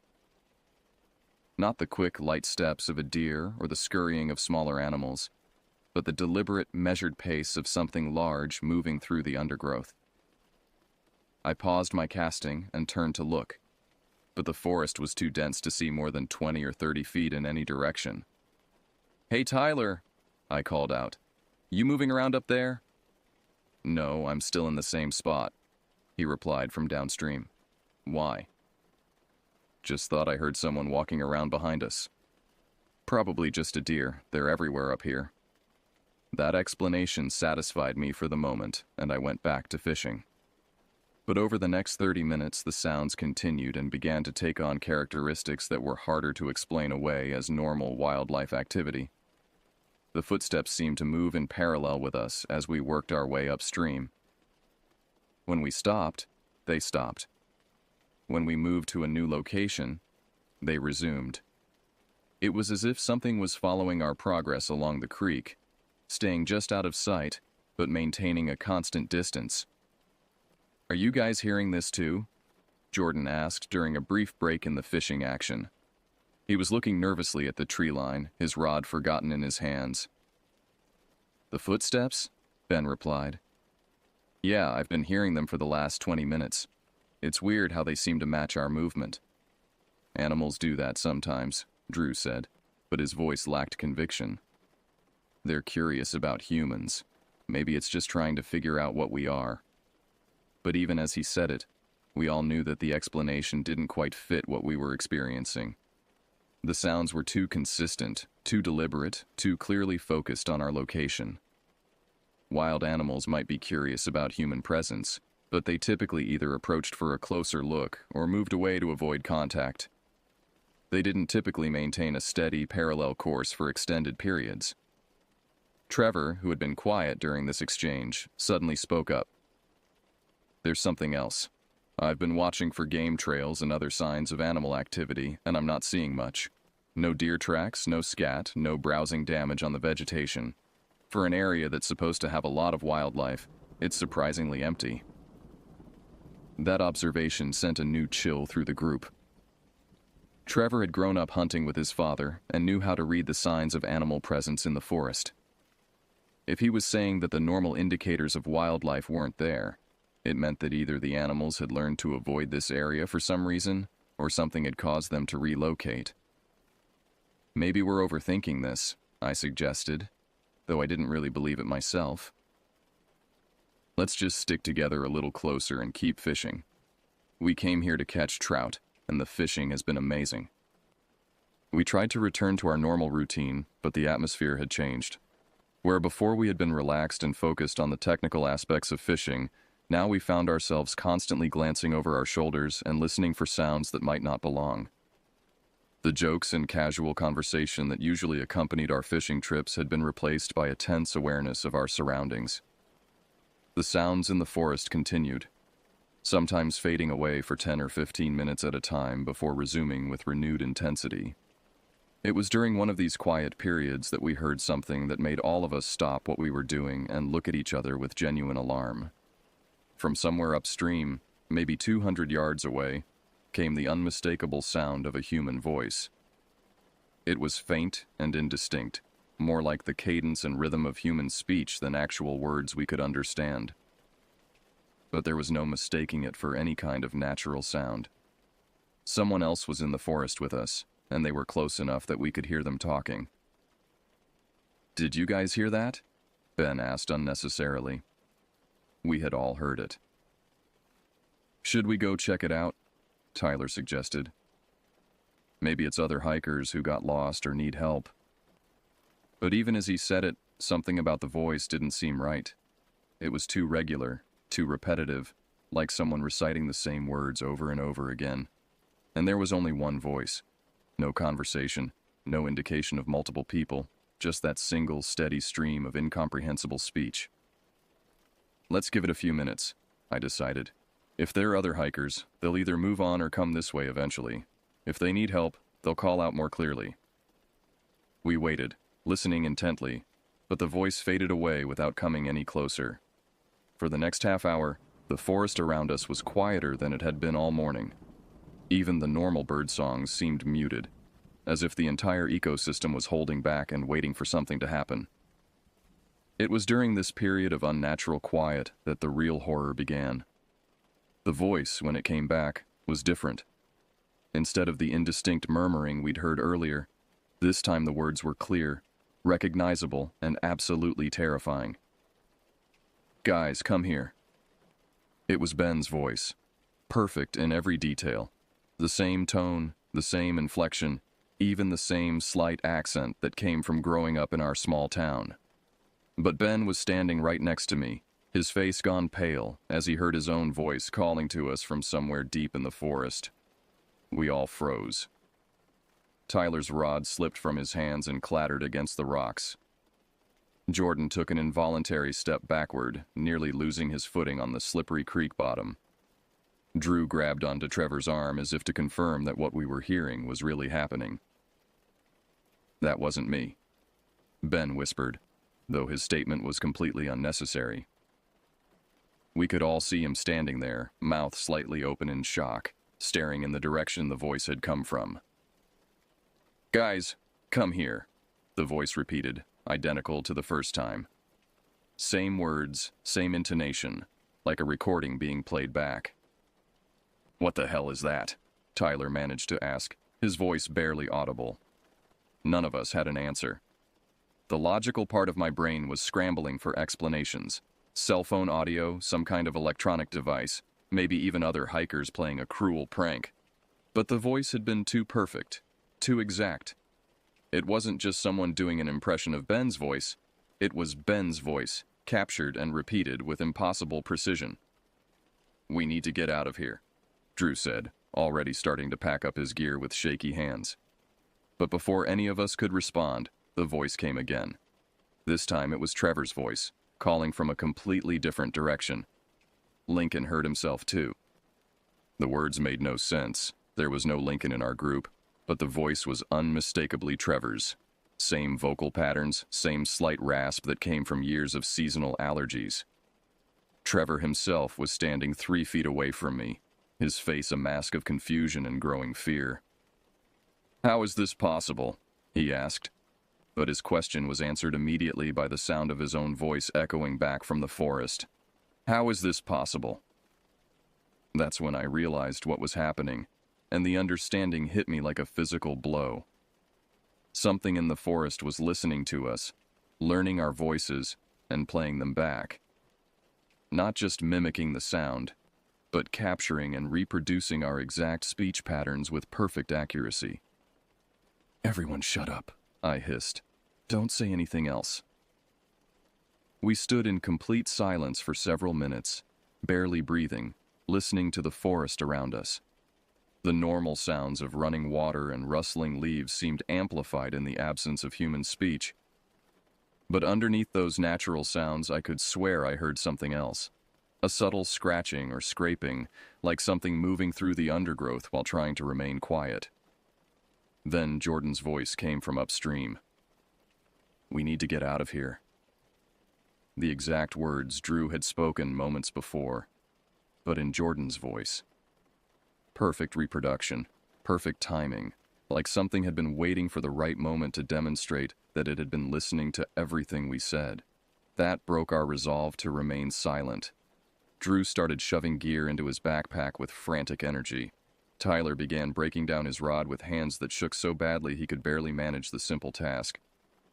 Ben kept looking around the forest as if he expected to see something emerge from the trees at any moment. "We're leaving," Trevor announced in a voice that was trying to sound authoritative but came out high and strained. "Right now, everyone pack up everything and we're going back to the car." But as soon as he said it, we heard the words repeated from multiple directions around us. "We're leaving. Right now. Everyone pack up everything and we're going back to the car." First in Trevor's voice from upstream, then in Ben's voice from across the creek, then in my own voice from somewhere behind us. The same words, spoken in perfect reproduction of our own speech patterns, coming from locations that would be impossible for any normal person to reach in the time that had elapsed. The forest around us had become an echo chamber of our own voices, all speaking words we had actually said, but coming from directions where none of us were standing. "Move," I said, shouldering my pack and starting toward the trail. "Don't talk, just move." We half ran, half stumbled back toward the first creek crossing, abandoning any pretense of normal hiking pace. Behind us, our own voices continued to echo through the forest. Move. Don't talk. Just move. What the hell is that? We need to get out of here. How is this possible? The voices followed us as we made our way along the trail, always staying just out of sight but maintaining a constant presence. Sometimes multiple voices would speak at once, creating a surreal chorus of our own words spoken back to us from the darkness between the trees. At the first creek crossing, Tyler slipped on the wet rocks and went down hard, soaking himself up to the waist in the frigid water. Normally, this would have been the source of jokes and laughter from the rest of us. Instead, we hauled him up and kept moving, driven by a terror that none of us completely understood but all of us felt with absolute certainty. Tyler's hurt, came Jordan's voice from somewhere behind us. We should help him. But Jordan was right next to me, and Tyler was already back on his feet and moving. The voice was trying to get us to stop, to turn around, to go back toward whatever was speaking with our voices. We kept moving. The trail back seemed longer than it had during our morning hike, every turn revealing more forest that stretched endlessly ahead of us. Our pace had settled into a fast walk rather than the panicked run we'd started with, but the tension in the group was increasing rather than decreasing as we put distance between ourselves and the creek. The voices had stopped following us after we crossed the second creek, but somehow their absence was more disturbing than their presence had been. At least when we could hear them, we knew where the threat was located. Now we were hiking through forest that felt completely hostile, knowing that something was out there but having no way to track its location or intentions. Tyler's fall into the creek had left him soaked and shivering, despite the relatively warm morning temperature. His teeth were chattering, and he kept stumbling on sections of trail that should have been easy to navigate. The combination of cold and adrenaline was taking a toll on his coordination and judgment. We need to stop and get Tyler warmed up, Drew said during a brief pause to check our location on the trail map. No, Tyler replied immediately. I'm fine. Let's just get back to the car. But even as he said it, his voice came echoing back from the forest around us. I'm fine. Let's just get back to the car. Not Tyler's current voice, strained and shaky from cold and fear, but his normal voice from earlier in the morning when he had been relaxed and confident. The thing in the forest was still with us, still listening, still learning. It followed us, Ben said, the words coming out as barely more than a whisper. Those words, too, were immediately echoed back from multiple directions. It followed us. We resumed hiking with renewed urgency, but now the forest itself seemed to be working against us. Branches that I didn't remember from the morning hike caught at our backpacks and fishing rods. Rocks that had been stable on our way in now shifted underfoot, threatening to send us tumbling. The trail itself seemed less clear, with blue blazes that appeared to be missing or faded in crucial locations. Are we on the right trail? Jordan asked, consulting his phone and finding no GPS signal. Are we on the right trail? Came the immediate response from somewhere ahead of us. But this time, the voice wasn't quite right. It was Jordan's voice, but there was something mechanical about it, as if it were being played through a speaker rather than spoken by a human throat. The mimicry was becoming less perfect, more obviously artificial. It's getting worse at copying us, I observed. It's getting worse at copying us, came the reply, but this time in multiple voices simultaneously, a horrifying chorus of our own speech patterns layered on top of each other until they became almost unintelligible. That's when I realized what was happening. The thing in the forest wasn't just learning our voices, it was learning how to use them. What had started as simple repetition was evolving into something more complex and more threatening. It was beginning to experiment with combinations of our words, trying to create new sentences from the vocabulary it had collected. Don't say anything else, I warned the group. It's learning from everything we say. But the warning came too late. Our voices began speaking from the forest around us in combinations we had never used. Tyler's hurt. How is this possible? We need to get out. Are we on the right trail? Everyone pack up. Don't say anything else. The sentences were grammatically correct but contextually wrong, like someone learning a language from a textbook but not understanding how the words were actually supposed to fit together. The effect was deeply unsettling, creating a sense that something alien was attempting to understand human communication and failing in ways that revealed its fundamental otherness. We reached the halfway point of our return hike, a small clearing where the trail split to accommodate hikers heading to different destinations, and paused to regroup. Tyler was in bad shape, his lips slightly blue and his coordination noticeably impaired. Drew was checking his phone obsessively, hoping for cell signal that never appeared. Ben and Jordan kept looking back the way we had come, as if expecting to see something pursuing us through the trees. "How much further?" Trevor asked, consulting the trail map. The question was answered not by any of us, but by a voice from the forest that sounded like a combination of all our voices speaking at once. "How much further to the car where Tyler needs help because it followed us?" The sentence structure was wrong, the word choice was wrong, but the meaning was clear enough to send a new wave of terror through our group. Whatever was speaking had been listening to everything we'd said throughout the morning and was now trying to create new communications from the pieces it had collected. More disturbing was the implication that it knew our destination. It had somehow determined that we were heading to a car, and it seemed to understand that Tyler was in distress. This wasn't just mimicry, it was analysis and comprehension. 2 miles, I said, reading the trail marker and immediately regretting giving it new words to work with. 2 miles to help Tyler get warm where the car is waiting for us, came the response from multiple directions, the voice shifting between different members of our group mid-sentence. We started moving again, but now every step felt like we were walking deeper into a trap. The thing in the forest wasn't just following us, it was herding us, learning our patterns, and possibly preparing for something we couldn't anticipate. The trail began to descend more steeply as we approached the final section before the parking area. This should have been encouraging. We were getting close to our destination and to the safety of civilization. Instead, it felt like we were walking into the lowest point of a funnel, with whatever was hunting us positioned above and around us. "I can see the parking area," Trevor announced as we rounded a bend that opened up into a view of the gravel lot where we'd left the Honda Pilot. "I can see the parking area where we left the car this morning before hiking to catch trout in the creek," came the immediate response. But this time the voice seemed to be coming from the direction of the parking lot itself. It was waiting for us at our destination. The Honda Pilot sat exactly where we had left it, appearing completely normal in the late morning sunlight. The gravel parking area was still empty except for our vehicle, and everything looked precisely as it had when we'd arrived, full of excitement and anticipation just a few hours earlier. But now the sight of our car filled me with dread rather than relief. If the voice was coming from the direction of the parking lot, then whatever was mimicking us had either moved ahead of our position or had never been behind us at all.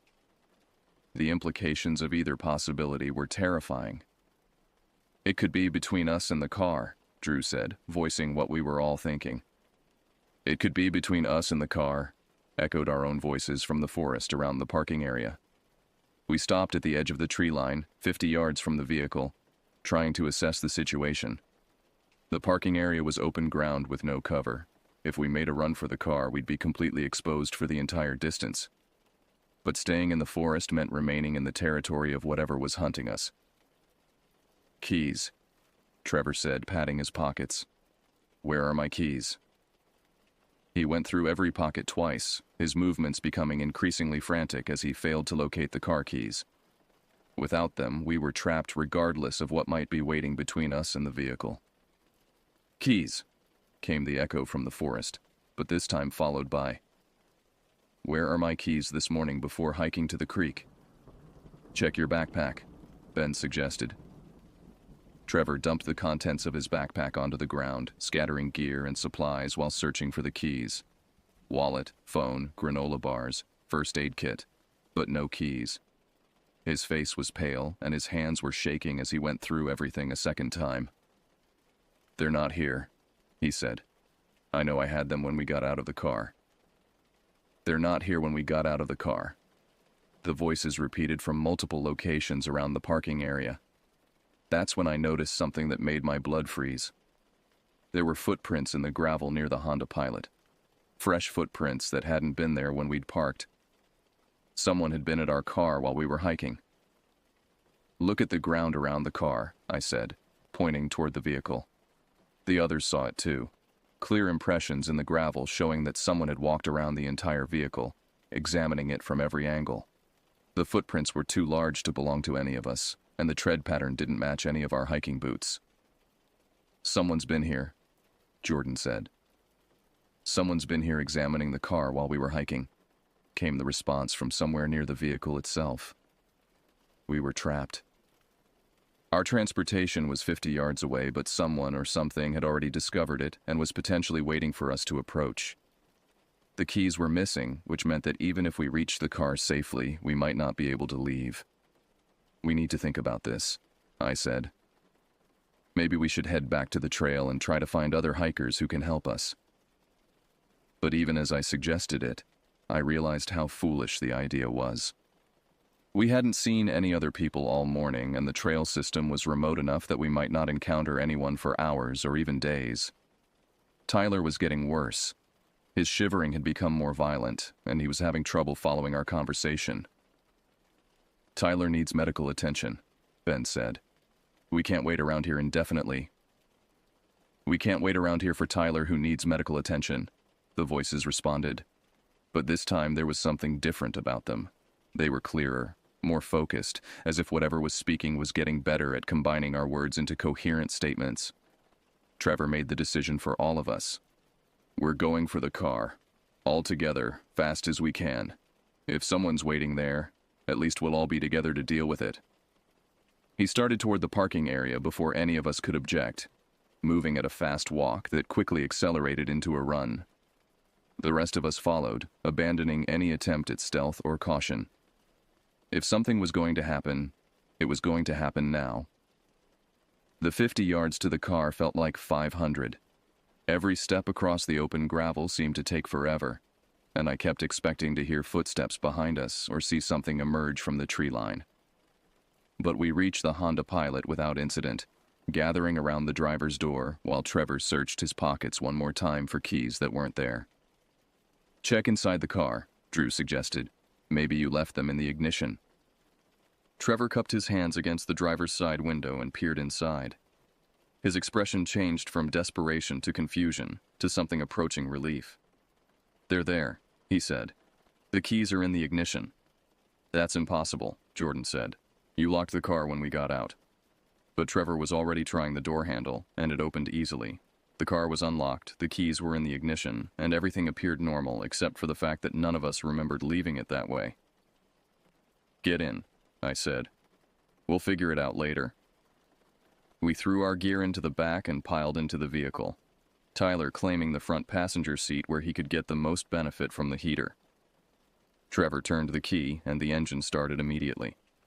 As we pulled out of the parking area and onto the road that would take us back to civilization, our own voices called after us from the forest.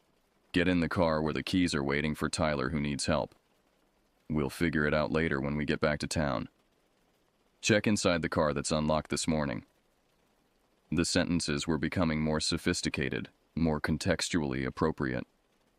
Whatever was in that forest was learning fast, and the thought of what it might be capable of by the time other hikers encountered it made me sick to my stomach. We drove in complete silence for the first 20 minutes, each of us lost in our own thoughts about what had just happened. Tyler gradually stopped shivering as the car's heater warmed him up, but his face remained pale and he kept glancing nervously at the mirrors as if expecting to see something following us. It wasn't until we reached the main highway that anyone spoke. "We need to report this," Ben said. "Other people hike that trail. They need to know there's something dangerous up there." "Report what exactly?" Drew asked. "That we heard voices in the forest? That something was copying the way we talk? Who's going to believe that?" It was a fair question. The story sounded insane even to us, and we had lived through it. Law enforcement would likely assume we had been pranked by other hikers, or that we had misinterpreted natural sounds due to paranoia and isolation. "What about the footprints around the car?" Jordan suggested. and the missing keys that somehow ended up in the ignition. Those were concrete, physical evidence that something unusual had occurred. But they could also be explained by human activity. Someone could have found Trevor's dropped keys and put them in the car as a good deed, or the footprints could have belonged to maintenance workers or other legitimate visitors to the area. "I'm calling the ranger station," Trevor decided, pulling out his phone now that we had cell service again. At minimum, they should know that people are having unusual experiences on that trail. He made the call, speaking to someone at the local Forest Service office and providing a carefully edited version of our experience. He mentioned hearing voices that seemed to be following us, finding evidence that someone had been at our vehicle, and feeling unsafe enough to cut our trip short. He avoided mentioning the voice mimicry, which was the most unbelievable part of our story. The ranger he spoke with was polite and professional, taking down our information and promising to have someone check the trail within the next few days. She mentioned that they occasionally received reports of unusual activity in remote areas, usually involving people who were under stress or inexperienced in wilderness settings. "She thinks we're city kids who got spooked by normal forest sounds," Trevor reported after ending the call. But I knew what we had experienced wasn't normal, and as the days passed, my certainty about that only increased.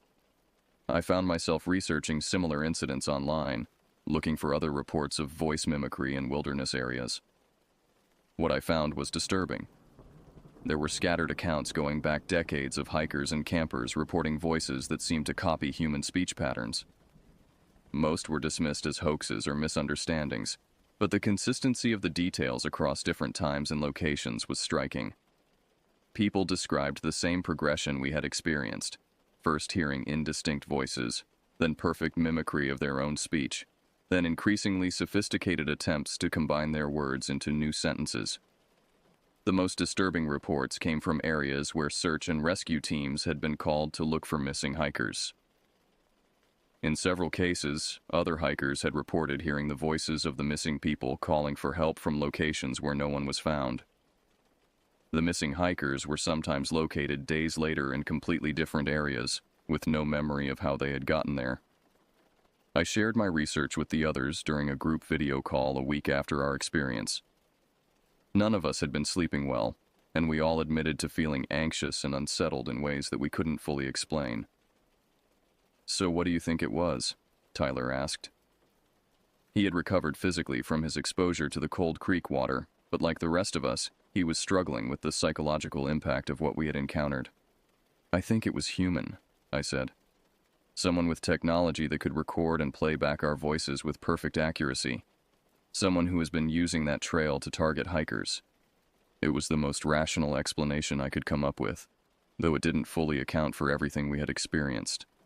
The speed with which our voices had been recorded and played back, the ability to combine our words into new sentences, the apparent coordination of sounds from multiple locations. All of these suggested technology more sophisticated than anything I knew to be available to civilians.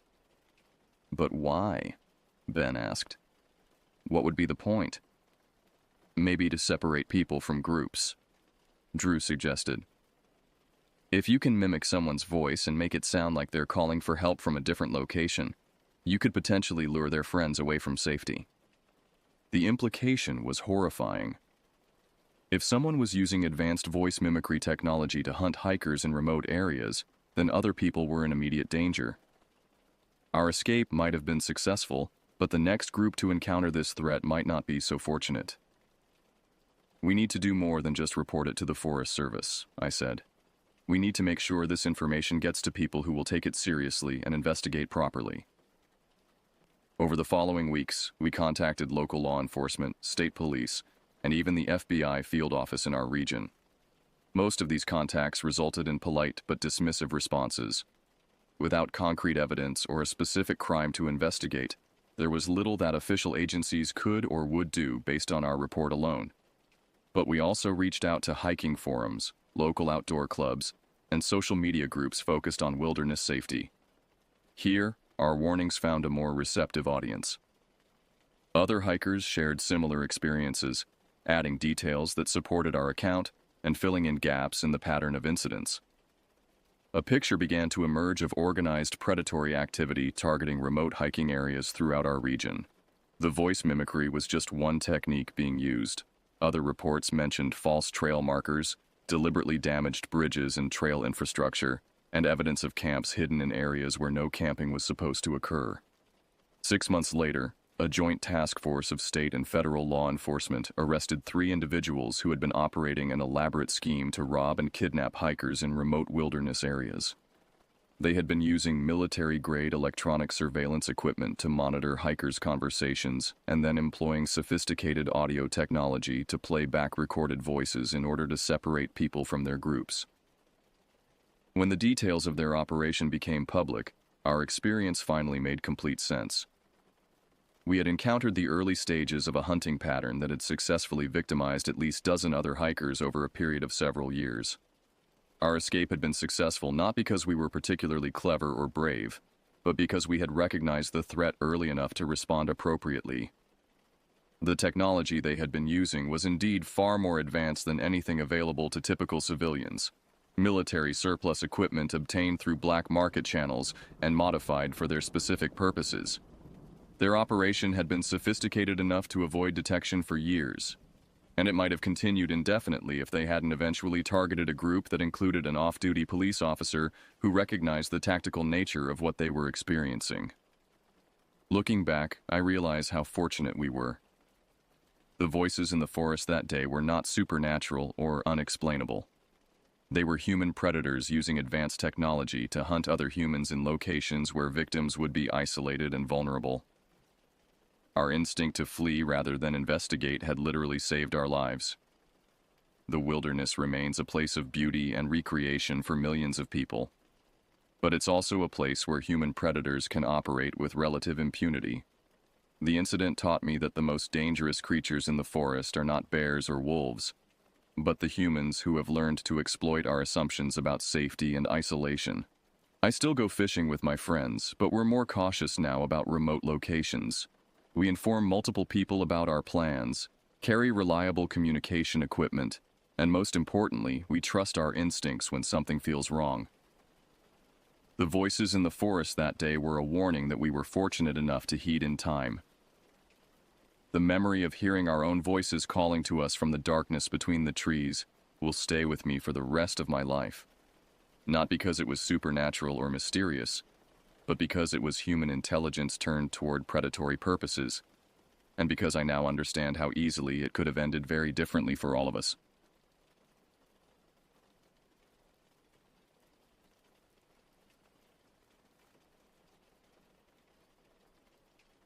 I should have recognized the warning signs the moment Will pulled up in that dilapidated sedan he'd borrowed from his older brother. The vehicle itself seemed to harbor some foreboding energy. Its faded blue paint peeling away in patches, the passenger side mirror hanging by exposed wires, and the distinct odor of something long forgotten permeating the interior. Under normal circumstances, our 17-year-old selves relied on skateboards or public transportation for our weekend excursions, but having access to a car, regardless of its condition, elevated our sense of independence to dangerous heights. "What do you think?" Will called out through the rolled-down window, his voice betraying an excitement I couldn't fully share. The autumn night air felt unusually cold against my skin as I approached the vehicle, my breath forming small clouds that dissipated into darkness. Devin and Kevin emerged from the shadows of my front yard, both wearing identical expressions of mischievous anticipation. We'd been friends since elementary school, bound together by a shared appetite for minor rebellions, sneaking into abandoned buildings, exploring drainage tunnels, trespassing on construction sites after hours. But tonight felt different somehow. "This thing actually runs?" I asked, running my hand along the rusted hood. "Barely," Will admitted with a laugh that sounded forced. "But it'll get us wherever we want to go tonight." I hesitated before opening the rear passenger door, which protested with an alarming creak. The interior light flickered weakly, illuminating torn upholstery and a dashboard covered in a fine layer of dust. Kevin slid in beside me while Devin claimed the front passenger seat. Your parents think you're staying at my place tonight, right? Will confirmed as he adjusted the rearview mirror. I nodded, suddenly feeling the weight of our deception. My mother had been particularly anxious lately, warning me about a series of unexplained disappearances in neighboring counties. I dismissed her concerns as parental overprotection, but now, sitting in this decrepit vehicle with no clear destination, a subtle current of unease rippled through me. Let's go someplace we've never been before, Devon suggested, his voice low and eager. Someplace with a story behind it. The engine coughed to life with a sputtering roar that seemed unnecessarily loud in the quiet suburban street. Will maneuvered the car away from my house, and I watched as the familiar landscape of my neighborhood receded into the darkness behind us. None of us realized that by morning, everything would change. Will drove aimlessly at first, taking us through the outskirts of town where streetlights became increasingly scarce. The headlights carved a narrow tunnel of visibility through the encompassing darkness, barely illuminating the crumbling shoulders of these seldom traveled roads. Every pothole sent shudders through the car's frame, and the suspension groaned in protest with each bump. Anyone know where we're actually going? I ventured after nearly 20 minutes of relative silence. Does it matter? Kevin responded, his face partially illuminated by the blue glow of his phone screen. The point is, to go somewhere we shouldn't be. The radio only picked up static, creating an unsettling soundtrack to our journey. Occasionally, fragments of voices or music would break through the white noise before dissolving back into indecipherable crackling. Will eventually switched it off, leaving us with only the labored breathing of the engine and the rhythmic thumping of tires against uneven pavement. I heard about this place, Devon began, his voice taking on that storytelling quality I'd come to recognize. It's an old psychiatric hospital they shut down in the 80s. Supposedly they just abandoned everything. Patient records, medical equipment, even personal belongings. Some urban explorers found restraints still attached to beds. We're not breaking into a mental hospital, I stated firmly, though part of me knew my objections stemmed more from fear than moral considerations. Why not? Will glanced at me through the rearview mirror. Too scary for you? I didn't answer immediately.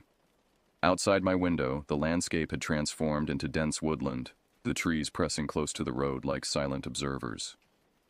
The moon remained obstinately hidden behind a barrier of clouds, denying us even that minimal natural light. I'm just saying we should be smart about this, I finally replied. Breaking and entering is an actual crime, not just screwing around. Fine, Will conceded with audible disappointment. But we need to find something interesting. I didn't borrow this car just to drive in circles all night. The conversation lapsed back into silence. I noticed that we had traveled beyond the reach of cell service, my phone displaying the dreaded no signal message in the upper corner of the screen. That simple technological disconnection heightened my growing sense of isolation. Kevin broke the silence, pointing ahead. What's that? In the distance, a solitary light pierced through the darkness. As we approached, the faint outline of a gas station materialized. A small, dilapidated structure that seemed to exist in complete isolation from civilization. Perfect timing, Will announced, glancing at the fuel gauge that hovered dangerously close to empty. We need gas anyway. He steered the sedan toward the illuminated forecourt, and as we drew closer, the deteriorated condition of the establishment became increasingly apparent.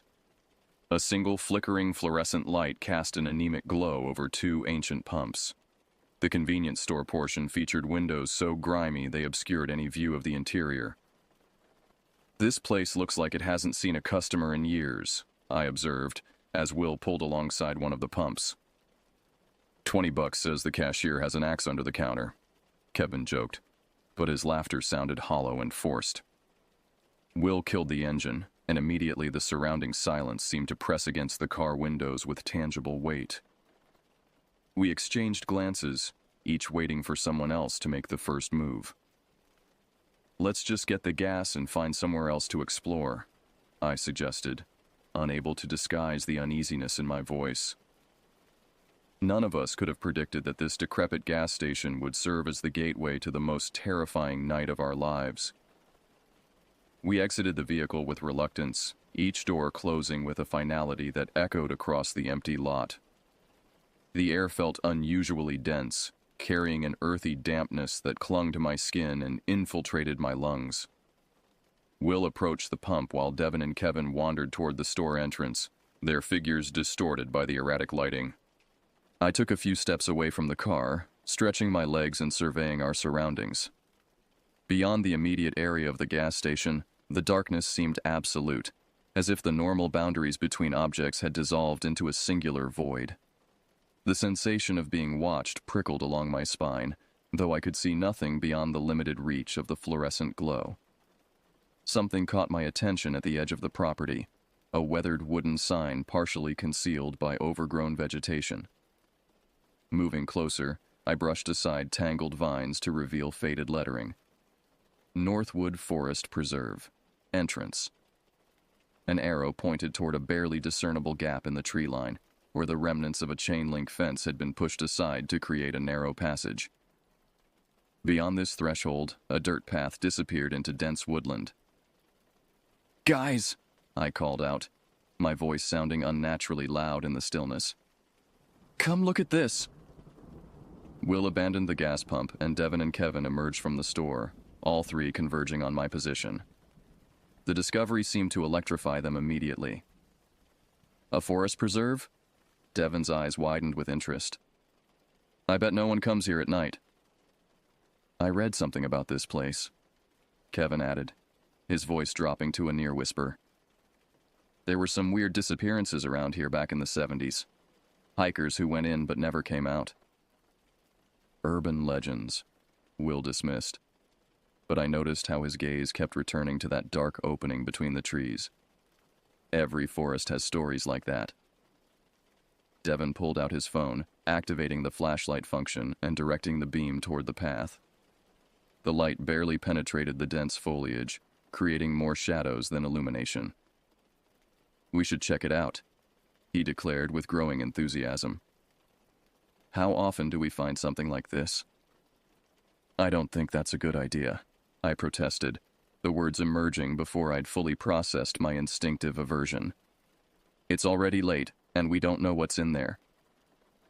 "That's exactly the point," Will countered, already moving toward the fence opening. "Come on, where's your sense of adventure?" I remained rooted in place, watching as my three friends gravitated toward the forest entrance. Something about that darkness felt fundamentally wrong. Not merely the absence of light, but something actively malevolent. The rational part of my mind tried to dismiss this as imagination, but the visceral reaction persisted.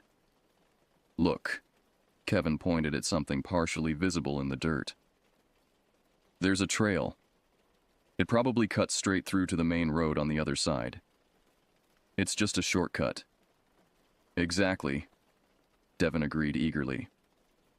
"We'll just go through and come out on the other side. There's probably another gas station there with better prices anyway." They looked at me expectantly, waiting for me to join their unanimous decision. I hesitated, caught between the desire to maintain our group solidarity and the mounting dread that intensified with each passing moment. "I'll meet you guys on the other side," I finally offered, attempting to sound casual. "I'll take the road around. It can't be that far." Their disappointment was palpable, manifesting in exchanged glances and subtle headshakes. "Seriously?" Will raised an eyebrow. "It's just trees. What do you think is going to happen?" "Nothing," I insisted, not entirely convincing even myself. "I just prefer the road, that's all." After a moment of uncomfortable silence, they relented. We established a meeting point, the gas station presumably located on the opposite side of the preserve, and agreed to reconnect there within 30 minutes. As they disappeared into the darkness, their flashlight beams gradually diminishing until they vanished entirely, I was left alone in the eerie glow of the gas station, questioning my decision even as I felt certain I'd made the right choice. The moment my friends vanished into the forest, An oppressive stillness descended upon the gas station. Even the flickering fluorescent light seemed to dim, as if responding to their absence. I stood motionless for several minutes, straining to hear any sound from the direction they had gone, but the woods remained impenetrably silent. With reluctance, I began walking along the main road, following the perimeter of the forest preserve. According to my calculation, if the preserve wasn't too expansive, I should reach the opposite side within 30 minutes. The knowledge that my friends expected to emerge from those woods in approximately the same time frame provided little comfort. The road stretched before me like an endless ribbon of black asphalt, unmarked and poorly maintained. No streetlights illuminated this neglected stretch, forcing me to rely on my phone's flashlight function, which created a pathetically small circle of visibility. Beyond this artificial glow, the darkness seemed to press against me with almost physical force. As I walked, I became increasingly aware of sounds emanating from the forest. Subtle rustlings, the occasional snap of branches, and once, a low, throaty sound that might have been an animal, or might have been something else entirely. I increased my pace, keeping my eyes fixed on the road ahead rather than the dense wall of trees to my right. My mind, desperate for distraction, conjured increasingly disturbing scenarios. What if my friends had become disoriented in the woods? What if they had encountered someone, or something, that meant them harm? The forest preserve seemed unnaturally dark, as if it absorbed light rather than merely blocking it. Even the edge of the tree line appeared blurred, creating the unsettling impression that the boundary between forest and road was somehow permeable. After 15 minutes of walking, I spotted no sign of civilization ahead. No lights, no buildings, nothing to indicate the presence of another gas station or any human habitation. The road continued its monotonous course through increasingly remote terrain, and the forest preserve showed no indication of ending. Had Devon been wrong about the forest being a shortcut? The possibility that I might be walking in the wrong direction occurred to me, sending a fresh wave of anxiety through my already strained nerves. I considered turning back, perhaps even entering the forest to find my friends, but the thought of stepping into that darkness provoked such intense dread that I continued forward. At the 20-minute mark, I began checking my phone obsessively, hoping for some indication that service had returned. The screen remained stubbornly unchanged. No signal, no messages, no connection to the outside world. The isolation felt complete and suffocating. When I finally glimpsed a distant light, the relief was so overwhelming that I nearly collapsed. The illuminated sign of a gas station gradually materialized in the distance, offering the promise of safety and reunion. I broke into a run, desperate to close the remaining distance and escape the unseen presence that seemed to have been stalking me from the forest's edge. The station, marginally more modern than the one we had encountered earlier, featured bright fluorescent lighting that flooded the forecourt with harsh white illumination. A bored-looking attendant glanced up briefly as I burst through the door, my breath coming in ragged gasps before returning his attention to a magazine spread on the counter. I scanned the small interior frantically, hoping to find Will, Devon, and Kevin waiting for me, perhaps laughing at my unnecessary caution. The store was empty except for the attendant and myself. "Did 3 guys come in here recently?" I asked, trying to control the tremor in my voice. "Teenagers, would have come from the forest preserve." The attendant looked up again, his expression mildly curious. "Haven't seen anyone come in for the past hour, except you." This information settled in my stomach like a block of ice. According to our plan, my friends should have arrived before me, as the direct route through the forest would have been shorter than my circuitous journey along the road. Their absence could only mean one thing. Something had gone wrong in the woods. The next 30 minutes constituted the longest half-hour of my life. I positioned myself near the window, maintaining a clear view of both the forest edge and the road, desperately scanning for any sign of my friends. The convenience store's harsh lighting created a bubble of artificial day that accentuated the impenetrable darkness beyond its boundaries.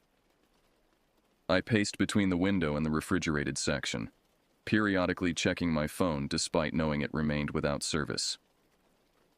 The attendant observed my increasingly agitated behavior with growing suspicion until I felt compelled to purchase a bottle of water I didn't want just to justify my continued presence. "You expecting someone?" he finally asked after watching me check the time for perhaps the 20th time. "My friends," I replied, struggling to keep my voice steady. "They should have been here by now." "They coming from town?" He seemed marginally interested, perhaps simply bored enough to engage in conversation. "No, they—" I hesitated, unsure how to explain without sounding irrational. "They took a path through the forest preserve." The attendant's expression shifted subtly, his previous indifference replaced by something resembling concern. "At night? That preserve's not a place people go after dark?" "Why not?" The question emerged barely above a whisper. He shrugged, returning his attention to his magazine. "Just isn't. Locals know better." This cryptic response did nothing to alleviate my mounting anxiety. I returned to the window, pressing my forehead against the cool glass as if physical proximity might somehow materialize my missing friends. The forest's edge remained still and impenetrable, revealing nothing of what might be occurring within its depths. As the 40-minute mark approached, I began contemplating the unthinkable, entering the forest myself to search for them. The thought sent waves of terror through me, but the alternative, continuing to wait while something potentially terrible happened to my friends, seemed equally unbearable. I had just resolved to give them 5 more minutes before taking action when movement caught my attention. At first, it appeared as nothing more than a disturbance in the darkness, a shifting of shadows near the forest boundary. Then 3 figures burst from the tree line, moving with the desperate velocity of prey fleeing a predator. Even from a distance, I recognized Will, Devin, and Kevin by their distinctive outlines and the way they moved. Relief flooded through me, immediately followed by renewed dread as I registered their body language. The frantic pace, the repeated glances over their shoulders, the unmistakable manifestations of absolute terror. I abandoned my position at the window and rushed outside, meeting them halfway across the forecourt. Their appearance shocked me more than I could have anticipated. All 3 were drenched in sweat despite the cold night air, their clothes torn and dirty, faces scratched by branches and pale with fear. Devin had lost one shoe, and Kevin's glasses hung askew from one ear, the frame bent beyond repair. "What happened?" I demanded, but they brushed past me without slowing, making directly for the store entrance. Inside, they collapsed into the small seating area, bodies bent over plastic tables, breathing heavily as if they'd run miles rather than the relatively short distance from the forest edge. I followed them inside, my heart pounding with vicarious terror. "What happened in there?" I repeated, my voice dropping to a whisper. Will attempted to speak, but managed only a strangled sound before shaking his head helplessly. Kevin removed his damaged glasses entirely, revealing wide, traumatized eyes that darted constantly toward the windows as if expecting pursuit. Devin was the first to regain enough composure to form coherent sentences. "Something was in there with us," he gasped, the words emerging between ragged breaths. "Something was following us the entire time." The fluorescent lighting of the convenience store cast harsh shadows across my friends' faces, accentuating their expressions of terror and exhaustion. We huddled around the small plastic table, our voices barely above whispers despite being the only customers in the establishment.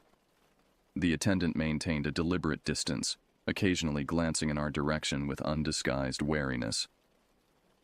"Start from the beginning," I urged, struggling to control my own mounting fear.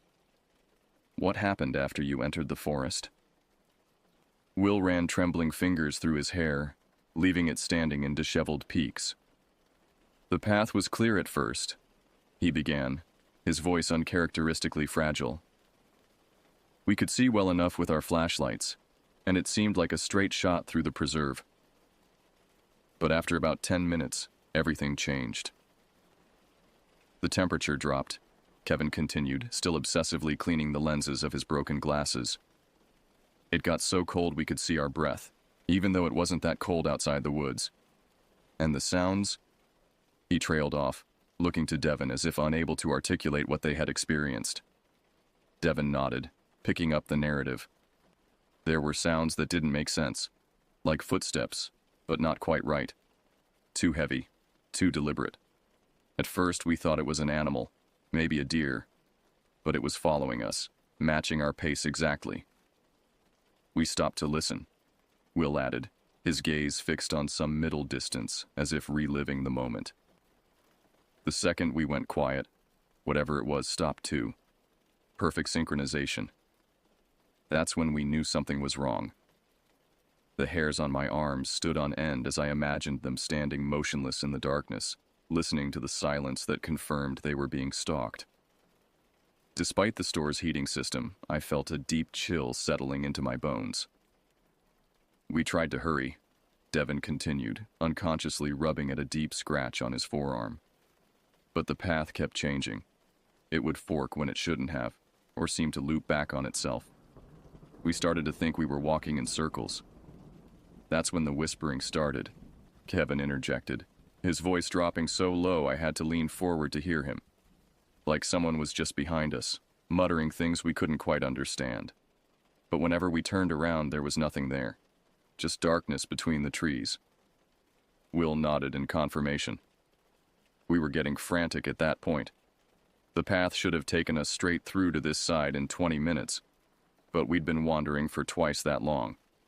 Then Devon's flashlight caught something moving between the trees. Devon's face contorted at the memory. It was tall, much taller than a person should be, and thin, with limbs that seemed too long and jointed in the wrong places. But the worst part? He faltered, looking to his friends for support. Its eyes, Kevin finished for him. When the light hit them, they reflected red. Not like an animal's eyes. Something different, something wrong. And they were fixed directly on us, watching us from between the trees. We ran, Will stated simply. We just ran. The path disappeared completely, and we were crashing through underbrush, climbing over fallen logs, slipping in mud. The whole time we could hear it moving behind us, gaining ground. At one point, Devon added, his voice breaking, I felt something touch the back of my neck. Not a branch or a leaf, fingers. Cold, dry fingers just barely grazing my skin. The mental image this conjured sent waves of revulsion through me. I found myself unconsciously touching my own neck, as if to reassure myself nothing was there. The weirdest part, Kevin said after a moment of heavy silence, was that when we finally broke through to the road, the sound stopped instantly. Like whatever was chasing us couldn't, or wouldn't, cross the boundary of the forest. I looked back, Will admitted, his expression haunted. Just for a second. It was standing right at the edge of the trees, perfectly still. Then it just wasn't there anymore. Like it dissolved into the darkness. We sat in silence for several minutes, the fluorescent lights buzzing overhead, the refrigeration units humming in the background.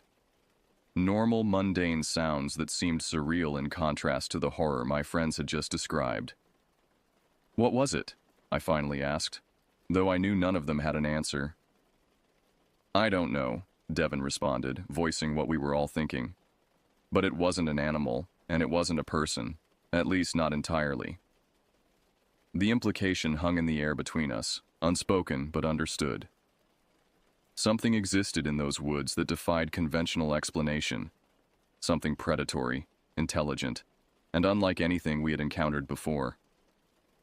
We need to leave, Will declared suddenly, pushing himself to his feet with visible effort. Now, get as far away from this place as possible. None of us disagreed. We gathered ourselves and moved toward the exit, each of us casting involuntary glances toward the dark line of trees visible across the road.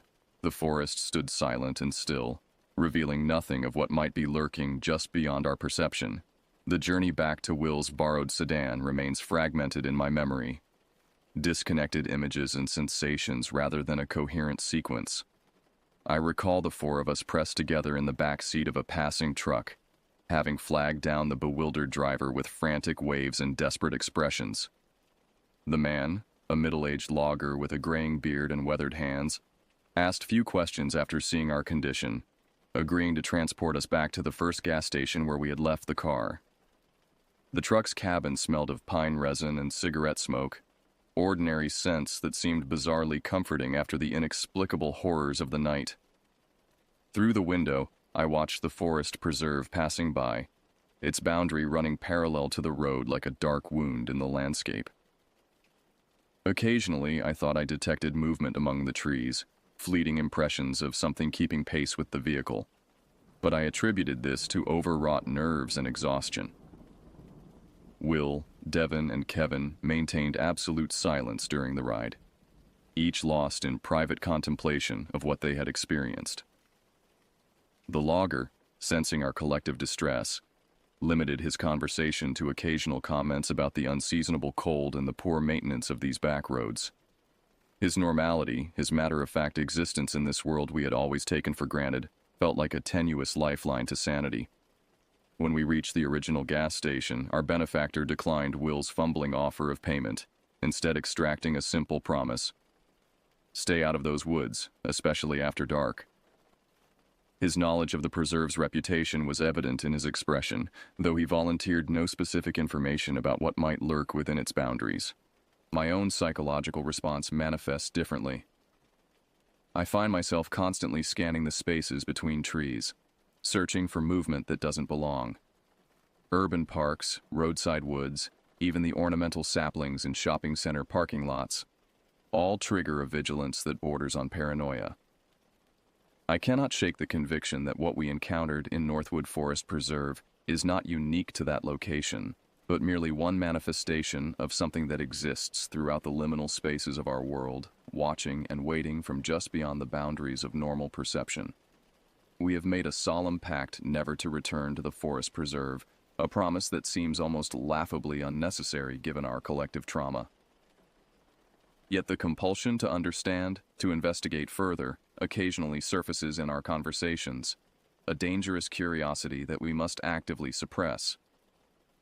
Last weekend, Will discovered that his brother had sold the sedan, having detected our unauthorized use through the depleted gas tank and unexplained mileage. None of us mourned this development. The vehicle had become another tangible link to that night, its very presence a reminder of decisions we desperately wish we could unmake. Sometimes, in rare moments of rational detachment, I wonder if our experience served some cosmic purpose, if we were meant to glimpse beyond the veil of ordinary reality and carry that knowledge forward. More often, I recognize this as a human attempt to impose meaning on random terror, to extract value from trauma that offers none. What remains certain is that we have been irreversibly changed. The comfortable assumptions that once structured our understanding of the world, that unexplained phenomena eventually yield to scientific explanation, that human perception encompasses all meaningful reality, that darkness contains nothing more threatening than the absence of light, have been permanently disrupted. We continue our daily routines, attend classes, interact with family and friends who remain blissfully unaware of what we now know. In many ways, this normalized existence feels like an elaborate performance, a necessary fiction that allows us to function in a world that suddenly seems paper-thin, a fragile construct beneath which something vast and incomprehensible waits with infinite patience. The forests will always be different for us now. Not simply collections of trees and undergrowth, but potential territories for entities that exist beyond human understanding. And as I write these words in the safety of my well-lit room, with the reassuring sounds of my parents moving about downstairs, I cannot escape the knowledge that the boundary between our world and whatever lies beyond is far more permeable than we once believed. Some nights, when I stand at my window looking out at the distant tree line that marks the edge of town, I imagine I can detect a tall, unnaturally thin figure standing motionless among the shadows, watching with reflective eyes that register neither malice nor mercy, but simply an alien awareness.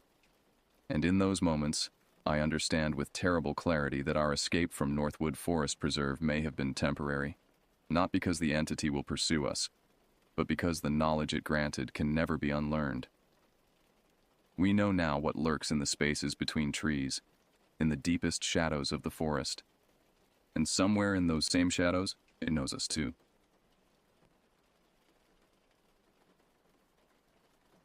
I've always found peace in isolation. After 30 years as a park ranger across the country, I've learned to appreciate the quiet moments between the chaos of tourist seasons. My name is Alex Johnson, and I've been at Yosemite for the last decade. The granite faces of El Capitan and Half Dome have become more familiar to me than the lines on my own weathered face. It started on a Wednesday night in late October. The fog had rolled in thick, blanketing the valley floor in a milky haze that muffled sound and distorted perspective. I was finishing paperwork in my cabin when the call came through. "Alex, it's Meredith at Dispatch. Got another report from the Mariposa Grove area, third one this week." I sighed, rubbing my eyes. "Let me guess. Strange noises, missing equipment." "Worse this time. Family of 4 claims they saw something in the trees. Said it had wings and red eyes. The dad's pretty shaken up, says it was watching their kids. I should have dismissed it. Wildlife sightings get exaggerated all the time by visitors unaccustomed to the wilderness." But something in Meredith's voice gave me pause. "Any rangers closer to the area?" "Everyone's tied up with that search and rescue near Vernal Fall. You're it, unless you want to wait till morning." I glanced at my watch. 11:47 p.m. "I'll check it out. Tell them I'm on my way." The drive through the park at midnight was eerie. Headlights carved a tunnel through the dense fog, the massive sequoias appearing and vanishing like sentinels standing guard. The radio crackled with static, and I switched it off, preferring the silence. As I approached Mariposa Grove, I noticed how unnaturally quiet it had become. October nights in Yosemite are typically alive with sound. Owls calling, crickets chirping, the rustle of nocturnal creatures. But tonight, nothing. Complete silence pressed against my eardrums like cotton. I parked at the trailhead and grabbed my gear. Flashlight, radio, first aid kit, and, though park policy discouraged it, my personal sidearm. 30 years in the wilderness teaches you to trust your instincts, and tonight mine were screaming. "Dispatch, this is Ranger Johnson. I'm at Mariposa Grove, beginning investigation of reported wildlife sighting." "Copy that, Alex. Check in every 20 minutes. The fog had settled between the massive trunks of the sequoias, creating an otherworldly landscape. My flashlight beam seemed swallowed by the mist, illuminating only a few feet ahead. The silence was deafening. I followed the main trail, scanning for signs of disturbance. About half a mile in, I noticed the first anomaly, a patch of ground where the fallen pine needles had been swept away in a circular pattern, as if by a powerful downdraft. Kneeling, I examined the area. The soil was compacted, almost crystallized, like it had been subjected to extreme cold. I touched it with my bare hand and jerked back immediately. The ground was frigid, at least 20 degrees colder than the surrounding area. That's when I felt it. A temperature drop so sudden it stole my breath. The air went from crisp autumn night to bitter winter in seconds. My exhalations clouded heavily before me. "What the hell?" I muttered, watching frost form on the sleeve of my jacket. A crack echoed through the grove, the unmistakable sound of a massive branch breaking under strain. I swung my flashlight upward toward the canopy. The beam caught something moving between the trees, something large and dark. I tracked it, struggling to make sense of what I was seeing. It wasn't a bear or mountain lion. It moved differently, almost floating between the massive trunks. Then it stopped and turned. 2 glowing red orbs pierced the darkness, floating about 9 feet above the ground. Not the reflected eyeshine of an animal. These were self-illuminating, pulsing with an internal light that reminded me of hot coals. I stood frozen, my training momentarily forgotten as I struggled to categorize what I was seeing. The shape unfurled what appeared to be massive wings, spanning at least 10 feet across. The silhouette was unnervingly humanoid. 2 arms, 2 legs, and a head, but all wrong in proportion and movement. "This is Ranger Johnson," I whispered into my radio, eyes never leaving the creature. "I've encountered..." I paused, unsure how to describe it. "An unknown entity in Mariposa Grove, requesting immediate backup." Only static answered. The radio was dead. The creature's head tilted, an eerily human gesture of curiosity. The red eyes blinked once, and then it launched itself upward with terrifying speed, disappearing into the canopy with a sound like tearing canvas. I stood motionless for several minutes, flashlight trained on the spot where it had vanished. My heart hammered against my ribs, and for the first time in decades, I felt like an intruder in the wilderness I'd sworn to protect. This wasn't a bear, or a mountain lion, or any animal native to the Sierra Nevadas. This was something else entirely. I thought of the old stories I'd heard from a Miwok elder years ago. Warnings about a winged creature that appeared before disasters, a harbinger of catastrophe. I'd dismissed them as folklore, the kind of campfire tale that every wilderness area accumulates over time. Now, standing alone in the silent grove, I wasn't so certain. My radio crackled to life, making me jump. "Alex? Alex, do you copy? You missed your check-in." I raised the radio with a shaking hand. "I'm here. Something's happening in Mariposa Grove. Something I can't explain." "Say again? You're breaking up." "I'm heading back to the vehicle. Meet me at headquarters in 30 minutes. As I turned to leave, my flashlight beam caught something on the massive trunk of the nearest sequoia. A series of parallel gouges in the bark, fresh enough that sap still oozed from the wounds. The marks started 8 feet up the trunk and ran downward, as if something with massive claws had landed there and slid to the ground. I touched one of the marks. The sap was cold, almost frozen.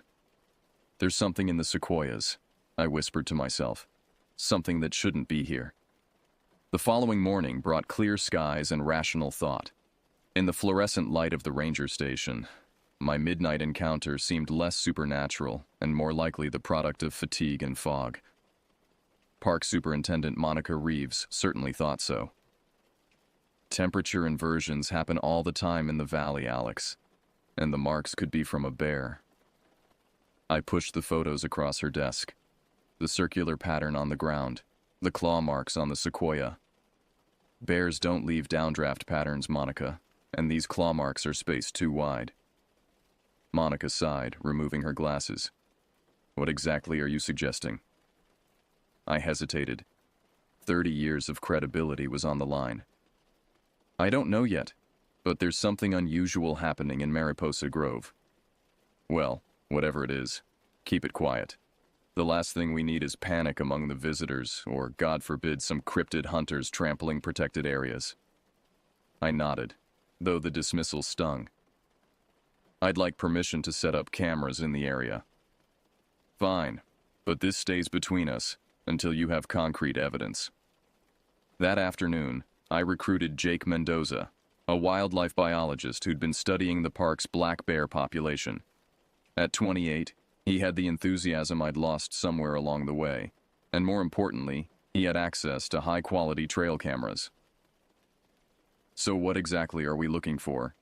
Jake asked as we hiked to the spot of my encounter. "I'll know it when I see it again," I replied, unwilling to sound crazy by mentioning glowing red eyes and massive wingspans. We set up 6 cameras in a perimeter around the area, angling them toward the tree canopy rather than the ground. Jake gave me curious looks but didn't question my instructions. "These have infrared capability," he explained, mounting the last camera. "If anything moves through here at night, we'll catch it." "Good. Let's check the data in the morning." Jake cleared his throat. "Mind telling me what spooked you? I've never seen you this on edge."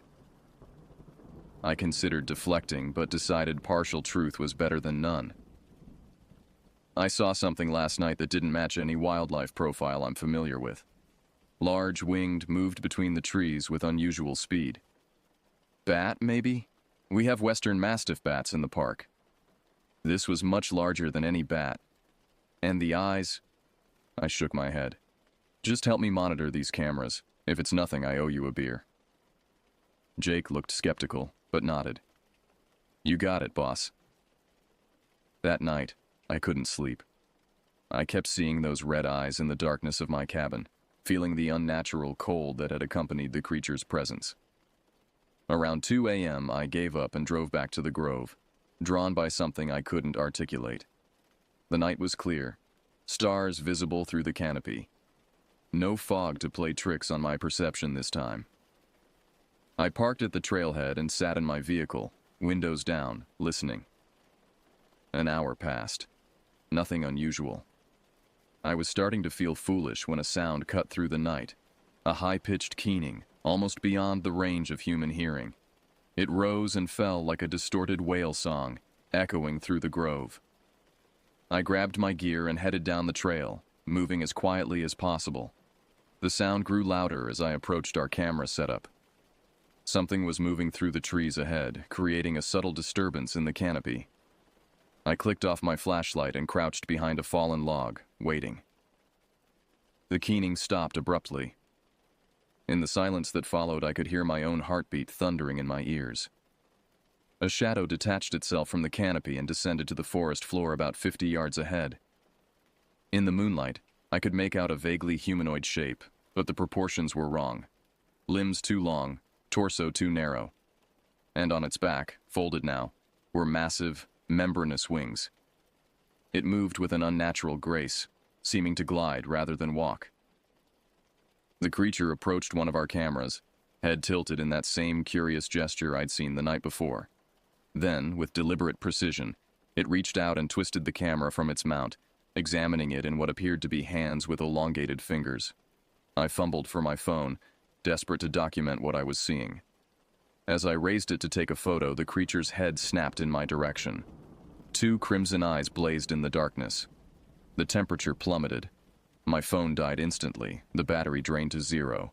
Frost formed on the fallen log beneath my hands. The creature unfurled its wings. 15 feet of leathery membrane stretched between bony appendages. It wasn't the wings of a bat or bird. The structure was all wrong. More like the wings of an enormous moth or butterfly, but substantial, powerful. It took a step toward me, and I found myself unable to move, transfixed by those glowing eyes. A pressure built in my head, a buzzing that grew louder until it seemed to fill the world. The creature opened what I assumed was its mouth, revealing not teeth, but something like a proboscis that uncoiled grotesquely. The buzzing intensified, and I realized with horror that it was attempting some form of communication. Images flashed through my mind. The dam at Hetch Hetchy rupturing, the valley floor submerged, bodies floating among the debris. I saw El Capitan crumbling, massive sheets of granite sliding into the valley. I saw fire consuming the sequoia grove, ancient trees exploding from the heat. I clapped my hands over my ears, though I knew the sound wasn't coming through them. "Stop," I gasped. "I don't understand." The buzzing ceased. The creature retracted its proboscis and stepped back, wings folding against its body. It placed the camera carefully on the ground, then launched itself upward with that same tearing canvas sound, disappearing into the canopy. I remained crouched behind the log, shaking violently for what seemed like hours. When I finally found the courage to move, I discovered the camera had been completely dismantled, its components arranged in a precise pattern on the forest floor. The memory card was missing. I gathered the pieces as evidence and retreated to my vehicle. As I drove back to headquarters, a single thought circled my mind. The creature hadn't acted aggressively. It had been curious, examining our technology, attempting communication. And it had shown me visions of disaster. "They're completely drained," Jake said, examining our recovered cameras the next morning. "Not just the batteries. It's like every electronic component has been wiped clean. I've never seen anything like it." We were in his lab at the research station, surrounded by the dismantled remains of our surveillance equipment. 5 of the 6 cameras had been found in the same condition, taken apart, components arranged in geometric patterns, memory cards missing. And you're sure it wasn't vandals?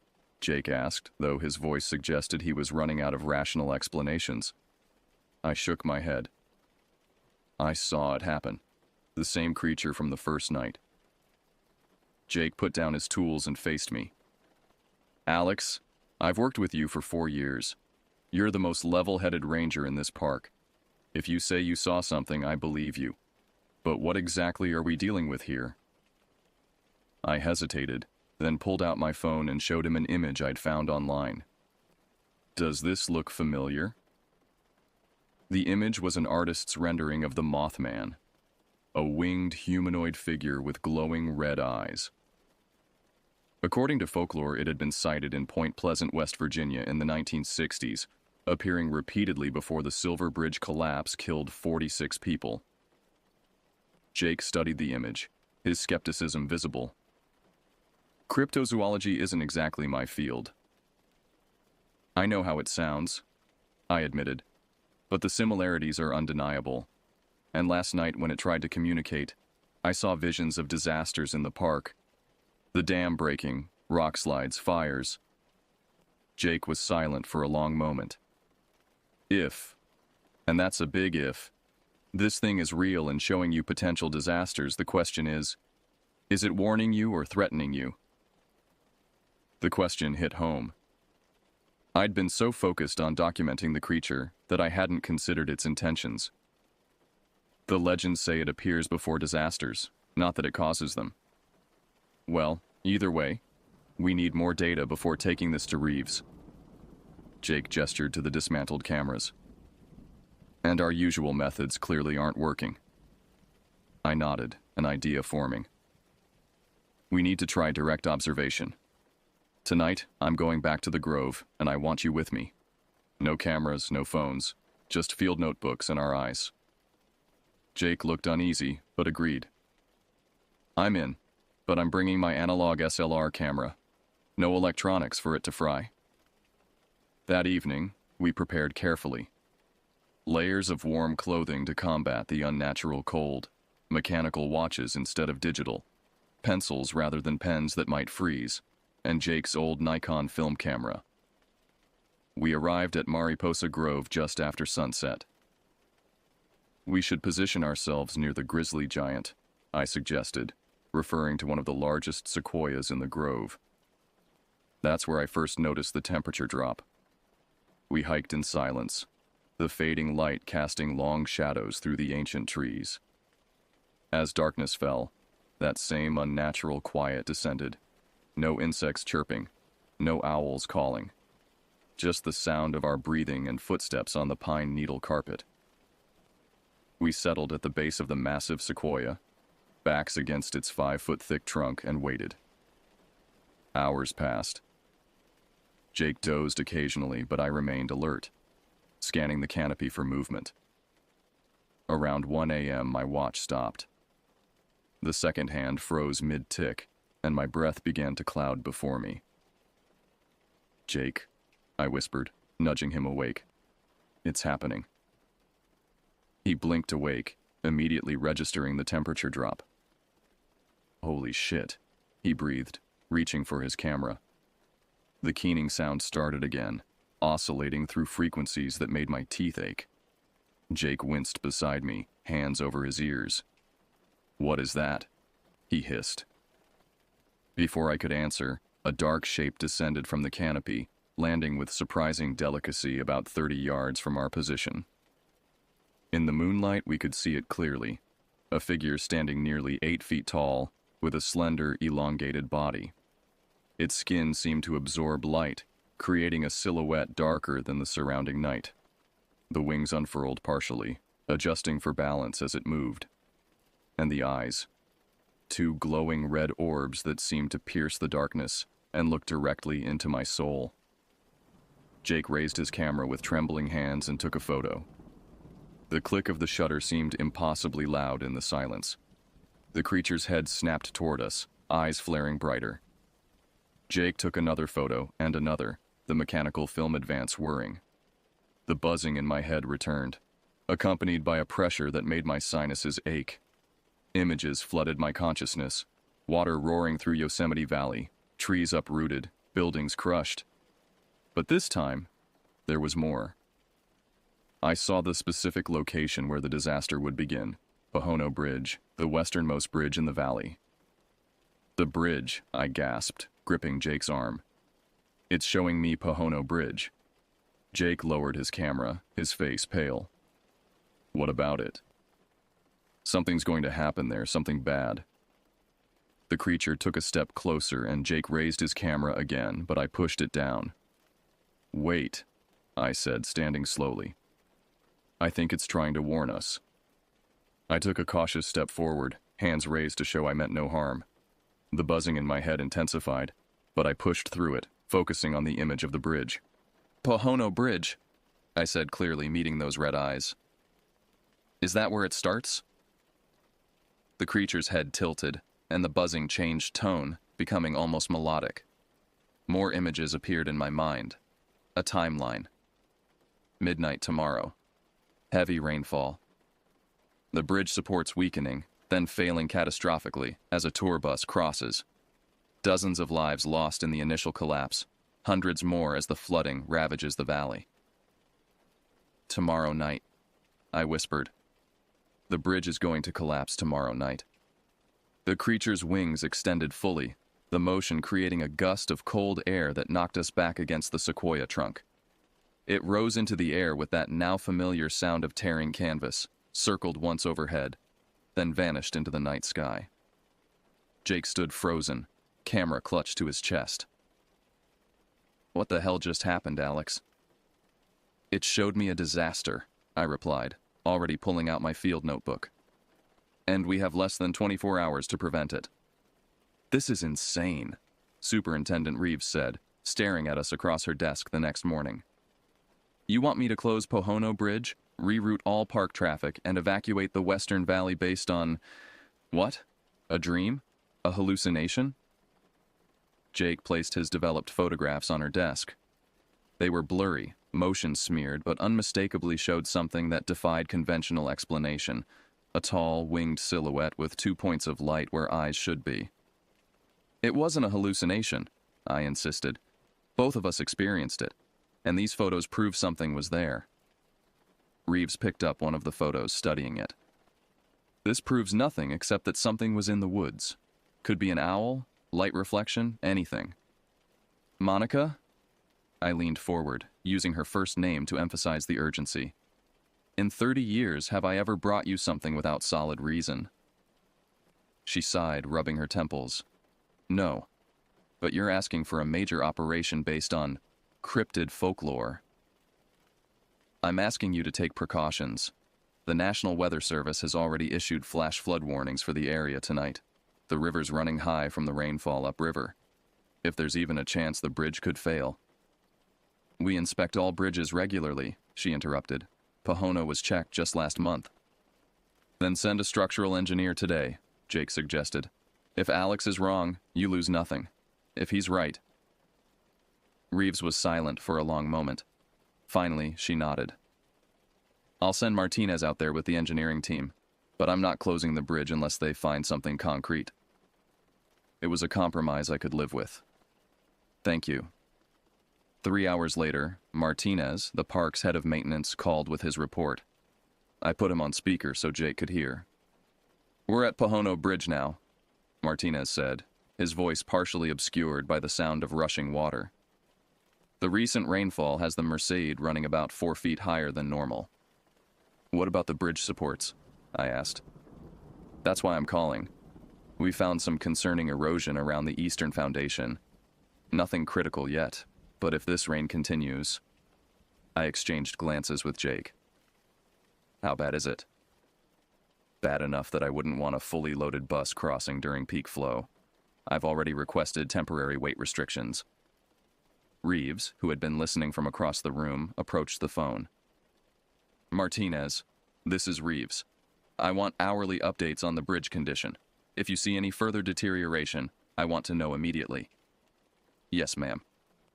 After the call ended, Reeves turned to us, her expression grave.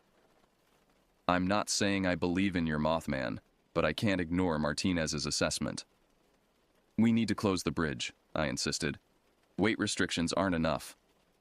I'll close it if the situation worsens, she countered. For now, let's not panic the thousands of visitors in the park.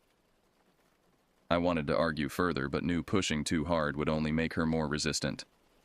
At least let me station rangers at both ends of the bridge tonight. If things deteriorate quickly, we'll need to act fast. She nodded. Agreed. You and Mendoza take the first shift, starting at 8 p.m. As we left her office, Jake whispered, "She's still not taking this seriously enough." No, I agreed. But it's a start, and we'll be there when it happens. Throughout the day, the rain intensified. By evening, it was a downpour, swelling creeks and turning trails into muddy rivers. The Merced had risen another 2 feet, its usual gentle flow transformed into a churning brown torrent that carried branches and debris from upstream. Jake and I positioned ourselves at the eastern end of Pohono Bridge, rain ponchos doing little to keep us dry in the deluge. Martinez and his team had installed wooden barriers that could be quickly moved into place if needed, but traffic was still flowing across the bridge, mostly visitors leaving the park ahead of the storm. "Look at the water level," Jake shouted over the roar of the river. "It's already reaching the lower supports." I nodded grimly, watching as a small sedan crossed the bridge, its headlights cutting weakly through the curtain of rain. My watch read 9:47 p.m. According to my vision, we had just over 2 hours before catastrophe struck. At 10:30 p.m., Martinez arrived with bad news. "The erosion's accelerating. I've got 3 support columns showing critical stress fractures. We need to close the bridge now," I insisted. Martinez nodded. "I've already called Reeves. She's given the authorization." We moved quickly, positioning the barriers and setting up flashing warning lights. Park rangers at the western end were doing the same. Within minutes, the bridge was closed to all traffic, with temporary detour signs directing vehicles to alternate routes. By 11:15 p.m., the rain had become biblical. The Merced was now just 6 feet below the bridge deck, roaring past with frightening power. Trees torn from the riverbank upstream crashed against the bridge supports, each impact sending vibrations through the structure. "It's going to fail," Jake said, staring at the straining bridge. "Just like you saw." I nodded, feeling no satisfaction in being proven right. But at least no one will be on it when it happens. At 11:45 p.m., headlights appeared on the western approach to the bridge. A large vehicle moving steadily toward the barricades.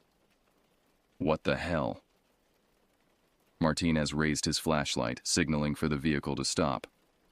It was a tour bus, windshield wipers fighting a losing battle against the downpour. It rolled to a stop just short of the barriers, and the door opened. A man in a rain-slicked jacket hurried toward us. "What's going on?" he demanded. "We need to get through. I have 40 tourists who need to reach their hotel." "Bridge is closed," Martinez shouted back. "Structural concerns. You'll have to take the northern route around." "That's an extra hour in this weather," the driver protested. "Better than being in the river," I replied, motioning toward the churning water below. The driver seemed ready to argue further when a sound cut through the storm. A high-pitched keening that raised the hair on the back of my neck. Jake grabbed my arm, eyes wide. "It's here," he whispered. The driver and Martinez hadn't noticed, still arguing about alternate routes. But I scanned the rainy darkness and saw it. A dark shape perched atop one of the trees overlooking the bridge, red eyes glowing like embers. As we watched, a massive section of debris, an entire tree trunk, slammed into one of the compromised support columns. The bridge shuddered visibly, a deep groan of metal and concrete rising above the river's roar. "Everyone back!" I shouted, grabbing the driver's jacket and pulling him away from the bridge approach. Martinez got on his radio, alerting the rangers on the western side. "Bridge failure imminent. Clear the area." The bus driver's face went pale as he finally understood the danger. He ran back to his vehicle, presumably to move it to safer ground. Jake and I retreated to our patrol vehicle, watching as small chunks of concrete began to fall from the bridge's underside. The Mothman remained perched on its tree, wings partially extended, observing. At exactly midnight, with a sound like thunder, the eastern support of Pohono Bridge gave way. The structure twisted grotesquely, the roadbed tilting into the furious river below. Metal screamed as it tore, and the concrete deck fractured along its length. In less than 30 seconds, the historic bridge was gone, swept downstream in the floodwaters, leaving only broken stumps of concrete where it had stood for decades. "Oh my God," Jake breathed, his camera forgotten in his hands. "If that bus had been crossing—" I nodded, unable to speak as I watched the destruction. Then I turned my attention back to the tree where the Mothman had been perched. It was gone. The morning after the bridge collapse dawned clear and bright, as if the previous night's deluge had never happened.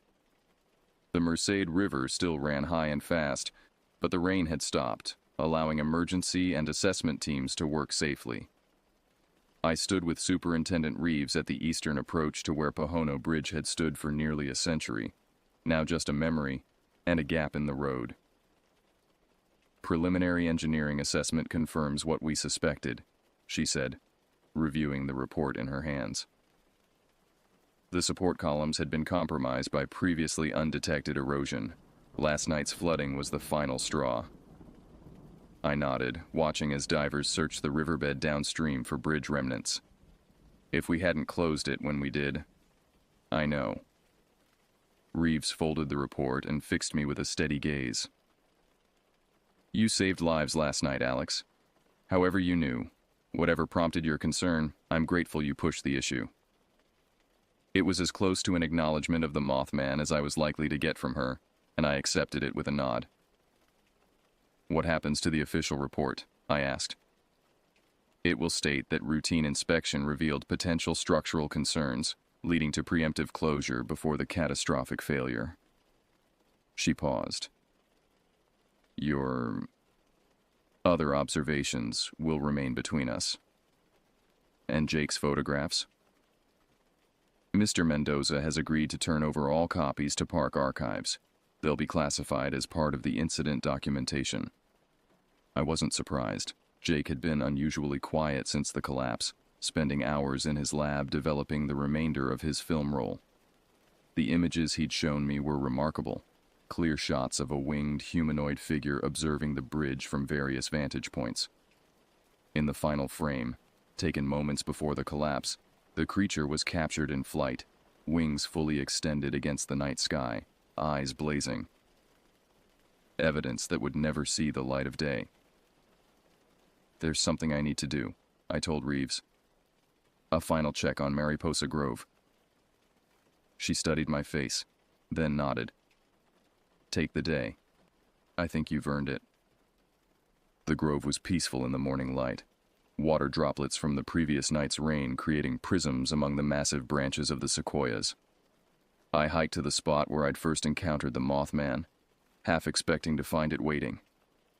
Instead, I found something else: the missing memory cards from our cameras, arranged in a perfect circle at the base of the grizzly giant. In the center of the circle lay a single feather unlike any I'd seen before, nearly a foot long, iridescent black with an almost metallic sheen. I knelt to examine it, hesitating before picking it up. It was impossibly lightweight, seeming to float above my palm when I finally gathered the courage to touch it. The structure was unlike bird or bat, more similar to a moth's wing scale when viewed closely, but massive and somehow both delicate and substantial. Scientific evidence of something that shouldn't exist. I carefully placed the feather in a specimen bag, then gathered the memory cards. Whether they contained usable data or had been wiped clean like the cameras themselves, I couldn't say without equipment to read them. As I straightened up, that familiar silence descended over the grove, the absence of natural sound that had preceded each of my encounters. I turned slowly, scanning the canopy above. The Mothman stood on a massive branch 50 feet above, wings folded against its back, those crimson eyes fixed on me. In daylight, I could see details that darkness had obscured: the texture of its skin like polished obsidian, the articulated joints of its elongated limbs, the antenna-like structures protruding from its head. We regarded each other across the distance, neither moving. No buzzing filled my head this time, no visions of disaster. Just silent acknowledgement between two sentient beings. I slowly raised my hand in a gesture of gratitude. After a moment's hesitation, the creature extended one long arm, mimicking my motion. Then it unfurled those magnificent wings, catching the morning sunlight in a display of colors I hadn't seen in our nighttime encounters. Iridescent purples, blues, and greens shifting across the membranous surface. With a powerful downstroke that sent leaves swirling around me, it launched into the sky and disappeared above the canopy. I remained in the grove for another hour, but the Mothman didn't return. Eventually, I hiked back to my vehicle, the specimen bag with its impossible feather secure in my pocket, the memory cards in my backpack. In the weeks that followed, Pohono Bridge became a reconstruction project, with a newer, stronger structure designed to replace what had been lost.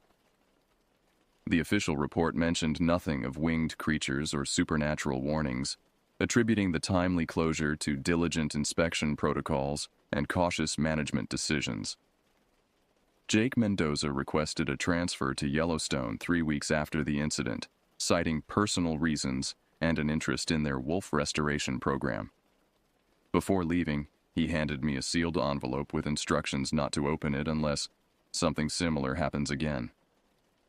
The memory cards from the grove yielded nothing, each one wiped clean of data, as if subjected to a powerful electromagnetic pulse. The feather, however, I kept secured in a specimen case in my cabin, out of official records, private evidence of an encounter that defied explanation. Visitors still come to Yosemite with their cameras and wonder, unaware of what watches from the ancient trees. Occasionally, I hear reports from other rangers, strange temperature drops in isolated areas, equipment malfunctioning without cause, glimpses of something large moving through the canopy at twilight. I don't investigate these reports anymore. The Mothman has its purpose, appearing when disaster looms, warning those willing to see. Not a creature of evil, as some folklore suggests, but a sentinel, a harbinger that offers a chance to avert catastrophe. Some nights, when fog rolls through the valley and the visitors have retreated to their accommodations, I sit outside my cabin and scan the darkened tree line. Sometimes, I catch a glimpse of two distant red points of light among the branches, watching, protecting, warning. And I raise my hand in silent greeting to the guardian of Yosemite, the Mothman who saved us all. Would you like me to explain or break down any aspects of this horror novel?